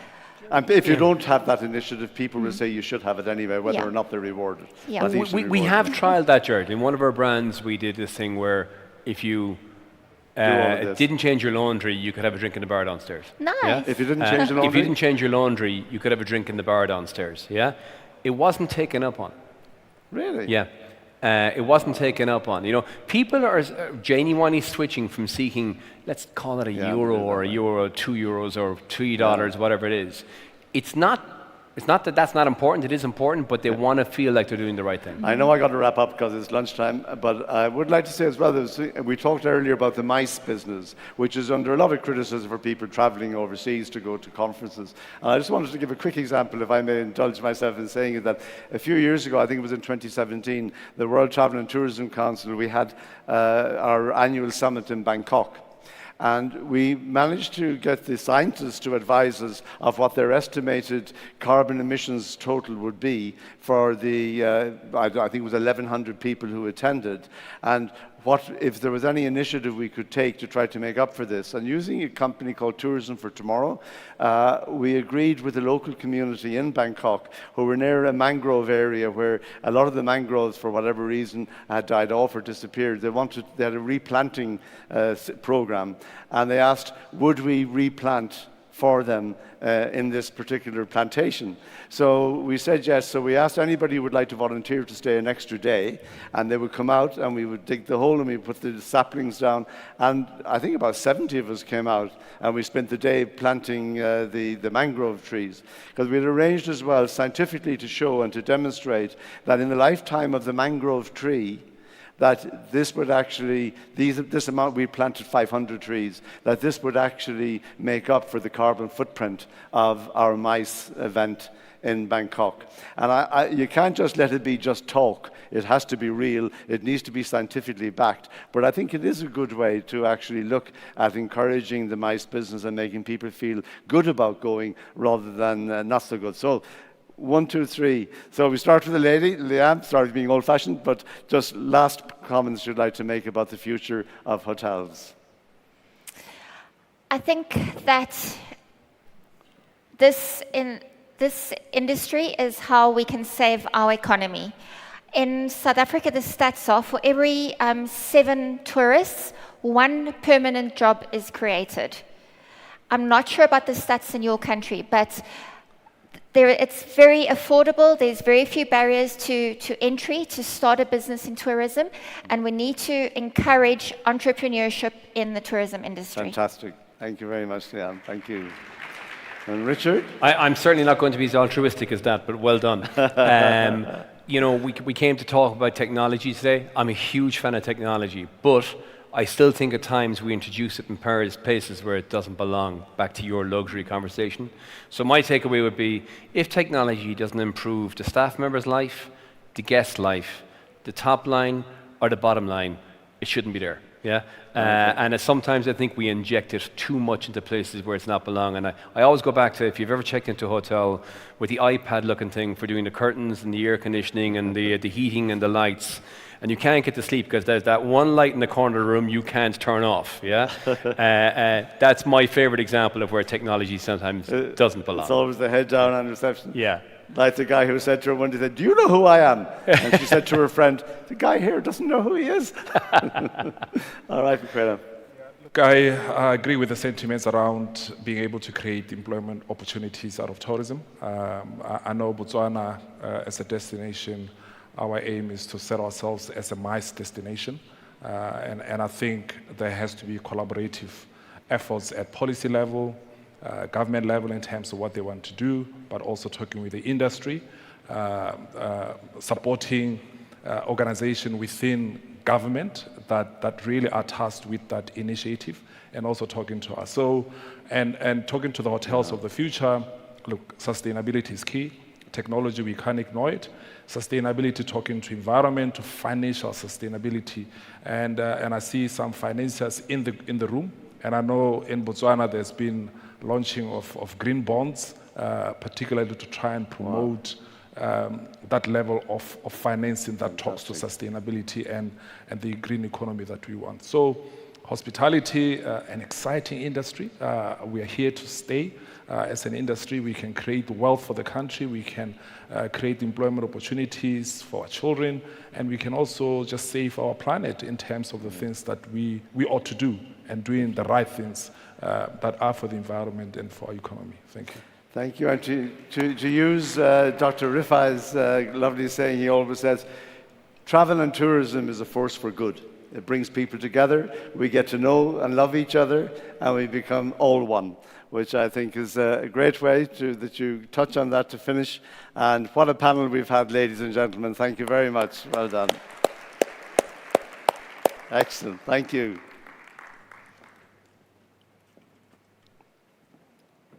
Thanks.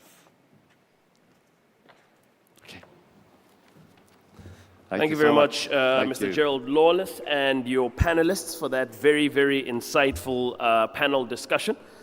I feel like there's so much more that could have and should have been discussed. Unfortunately, time is always the enemy, but the silver lining in that dark cloud is that we're about to break for lunch, and this gives an opportunity for further engagement and more one-on-one conversation with our panelists. As well as everybody else who's had an opportunity to share their thoughts and insights during the course of the morning. Before we break for lunch, just a few quick announcements. The most important one being that the afternoon session is going to start exactly at 2:15. So we have literally speed lunching that's going to be happening today. But please, let's try and be back in the hall for 2:15 start, just so that we can catch up on time and make sure that we are ready and on time for the cultural evening that's happening after this afternoon's program. Again, some announcements that have to do with lunch. I think Gerald might have taken one of my papers, but the lunch arrangement for the VIPs is that you're having lunch at the Mokolwane Bistro across at the hotel. So I'm sure there'll be ushers who will be able to take you to... Thank you, sir. Yes. So yes, VIPs having lunch at Mokolwane restaurants at the hotel. The rest of us, we're going to have lunch, as was the case yesterday, out in the marquee. I believe there will be coupons, but there should be some people out as we leave the room to give you your coupons and make sure we have lunch. Again, a reminder to the investors and potential investees. The deal room meeting should have started at 1 o'clock. It will be happening now. We will liaise with the organizers just to see just how much time they're going to give us for that, because we have a very strict 2:15 start to the program. In terms of housekeeping, that is all the housekeeping notes I had. And then I have to love you and leave you. And I'm going to, apparently yesterday, Giselle, who was here in the morning, said, you're fortunate that you get to witness Botswana's Big Five right here in the room. She mentioned that she was the first, Joey yesterday was the second, and I have been the third. And I truly hope that I have lived up to the reputation that the Big Five has lived up to and is known for. I can guarantee you that the beautiful, talented, amazing Tsepon Sole Hall, who'll be taking over this afternoon, is for sure a member of the Big Five, and will take very good care of you from here until the end of the day. From myself, my name once again is Penya Moroka. Thank you so much. You've been an amazing audience and an amazing set of panelists and moderators. Please give yourselves a very big round of applause.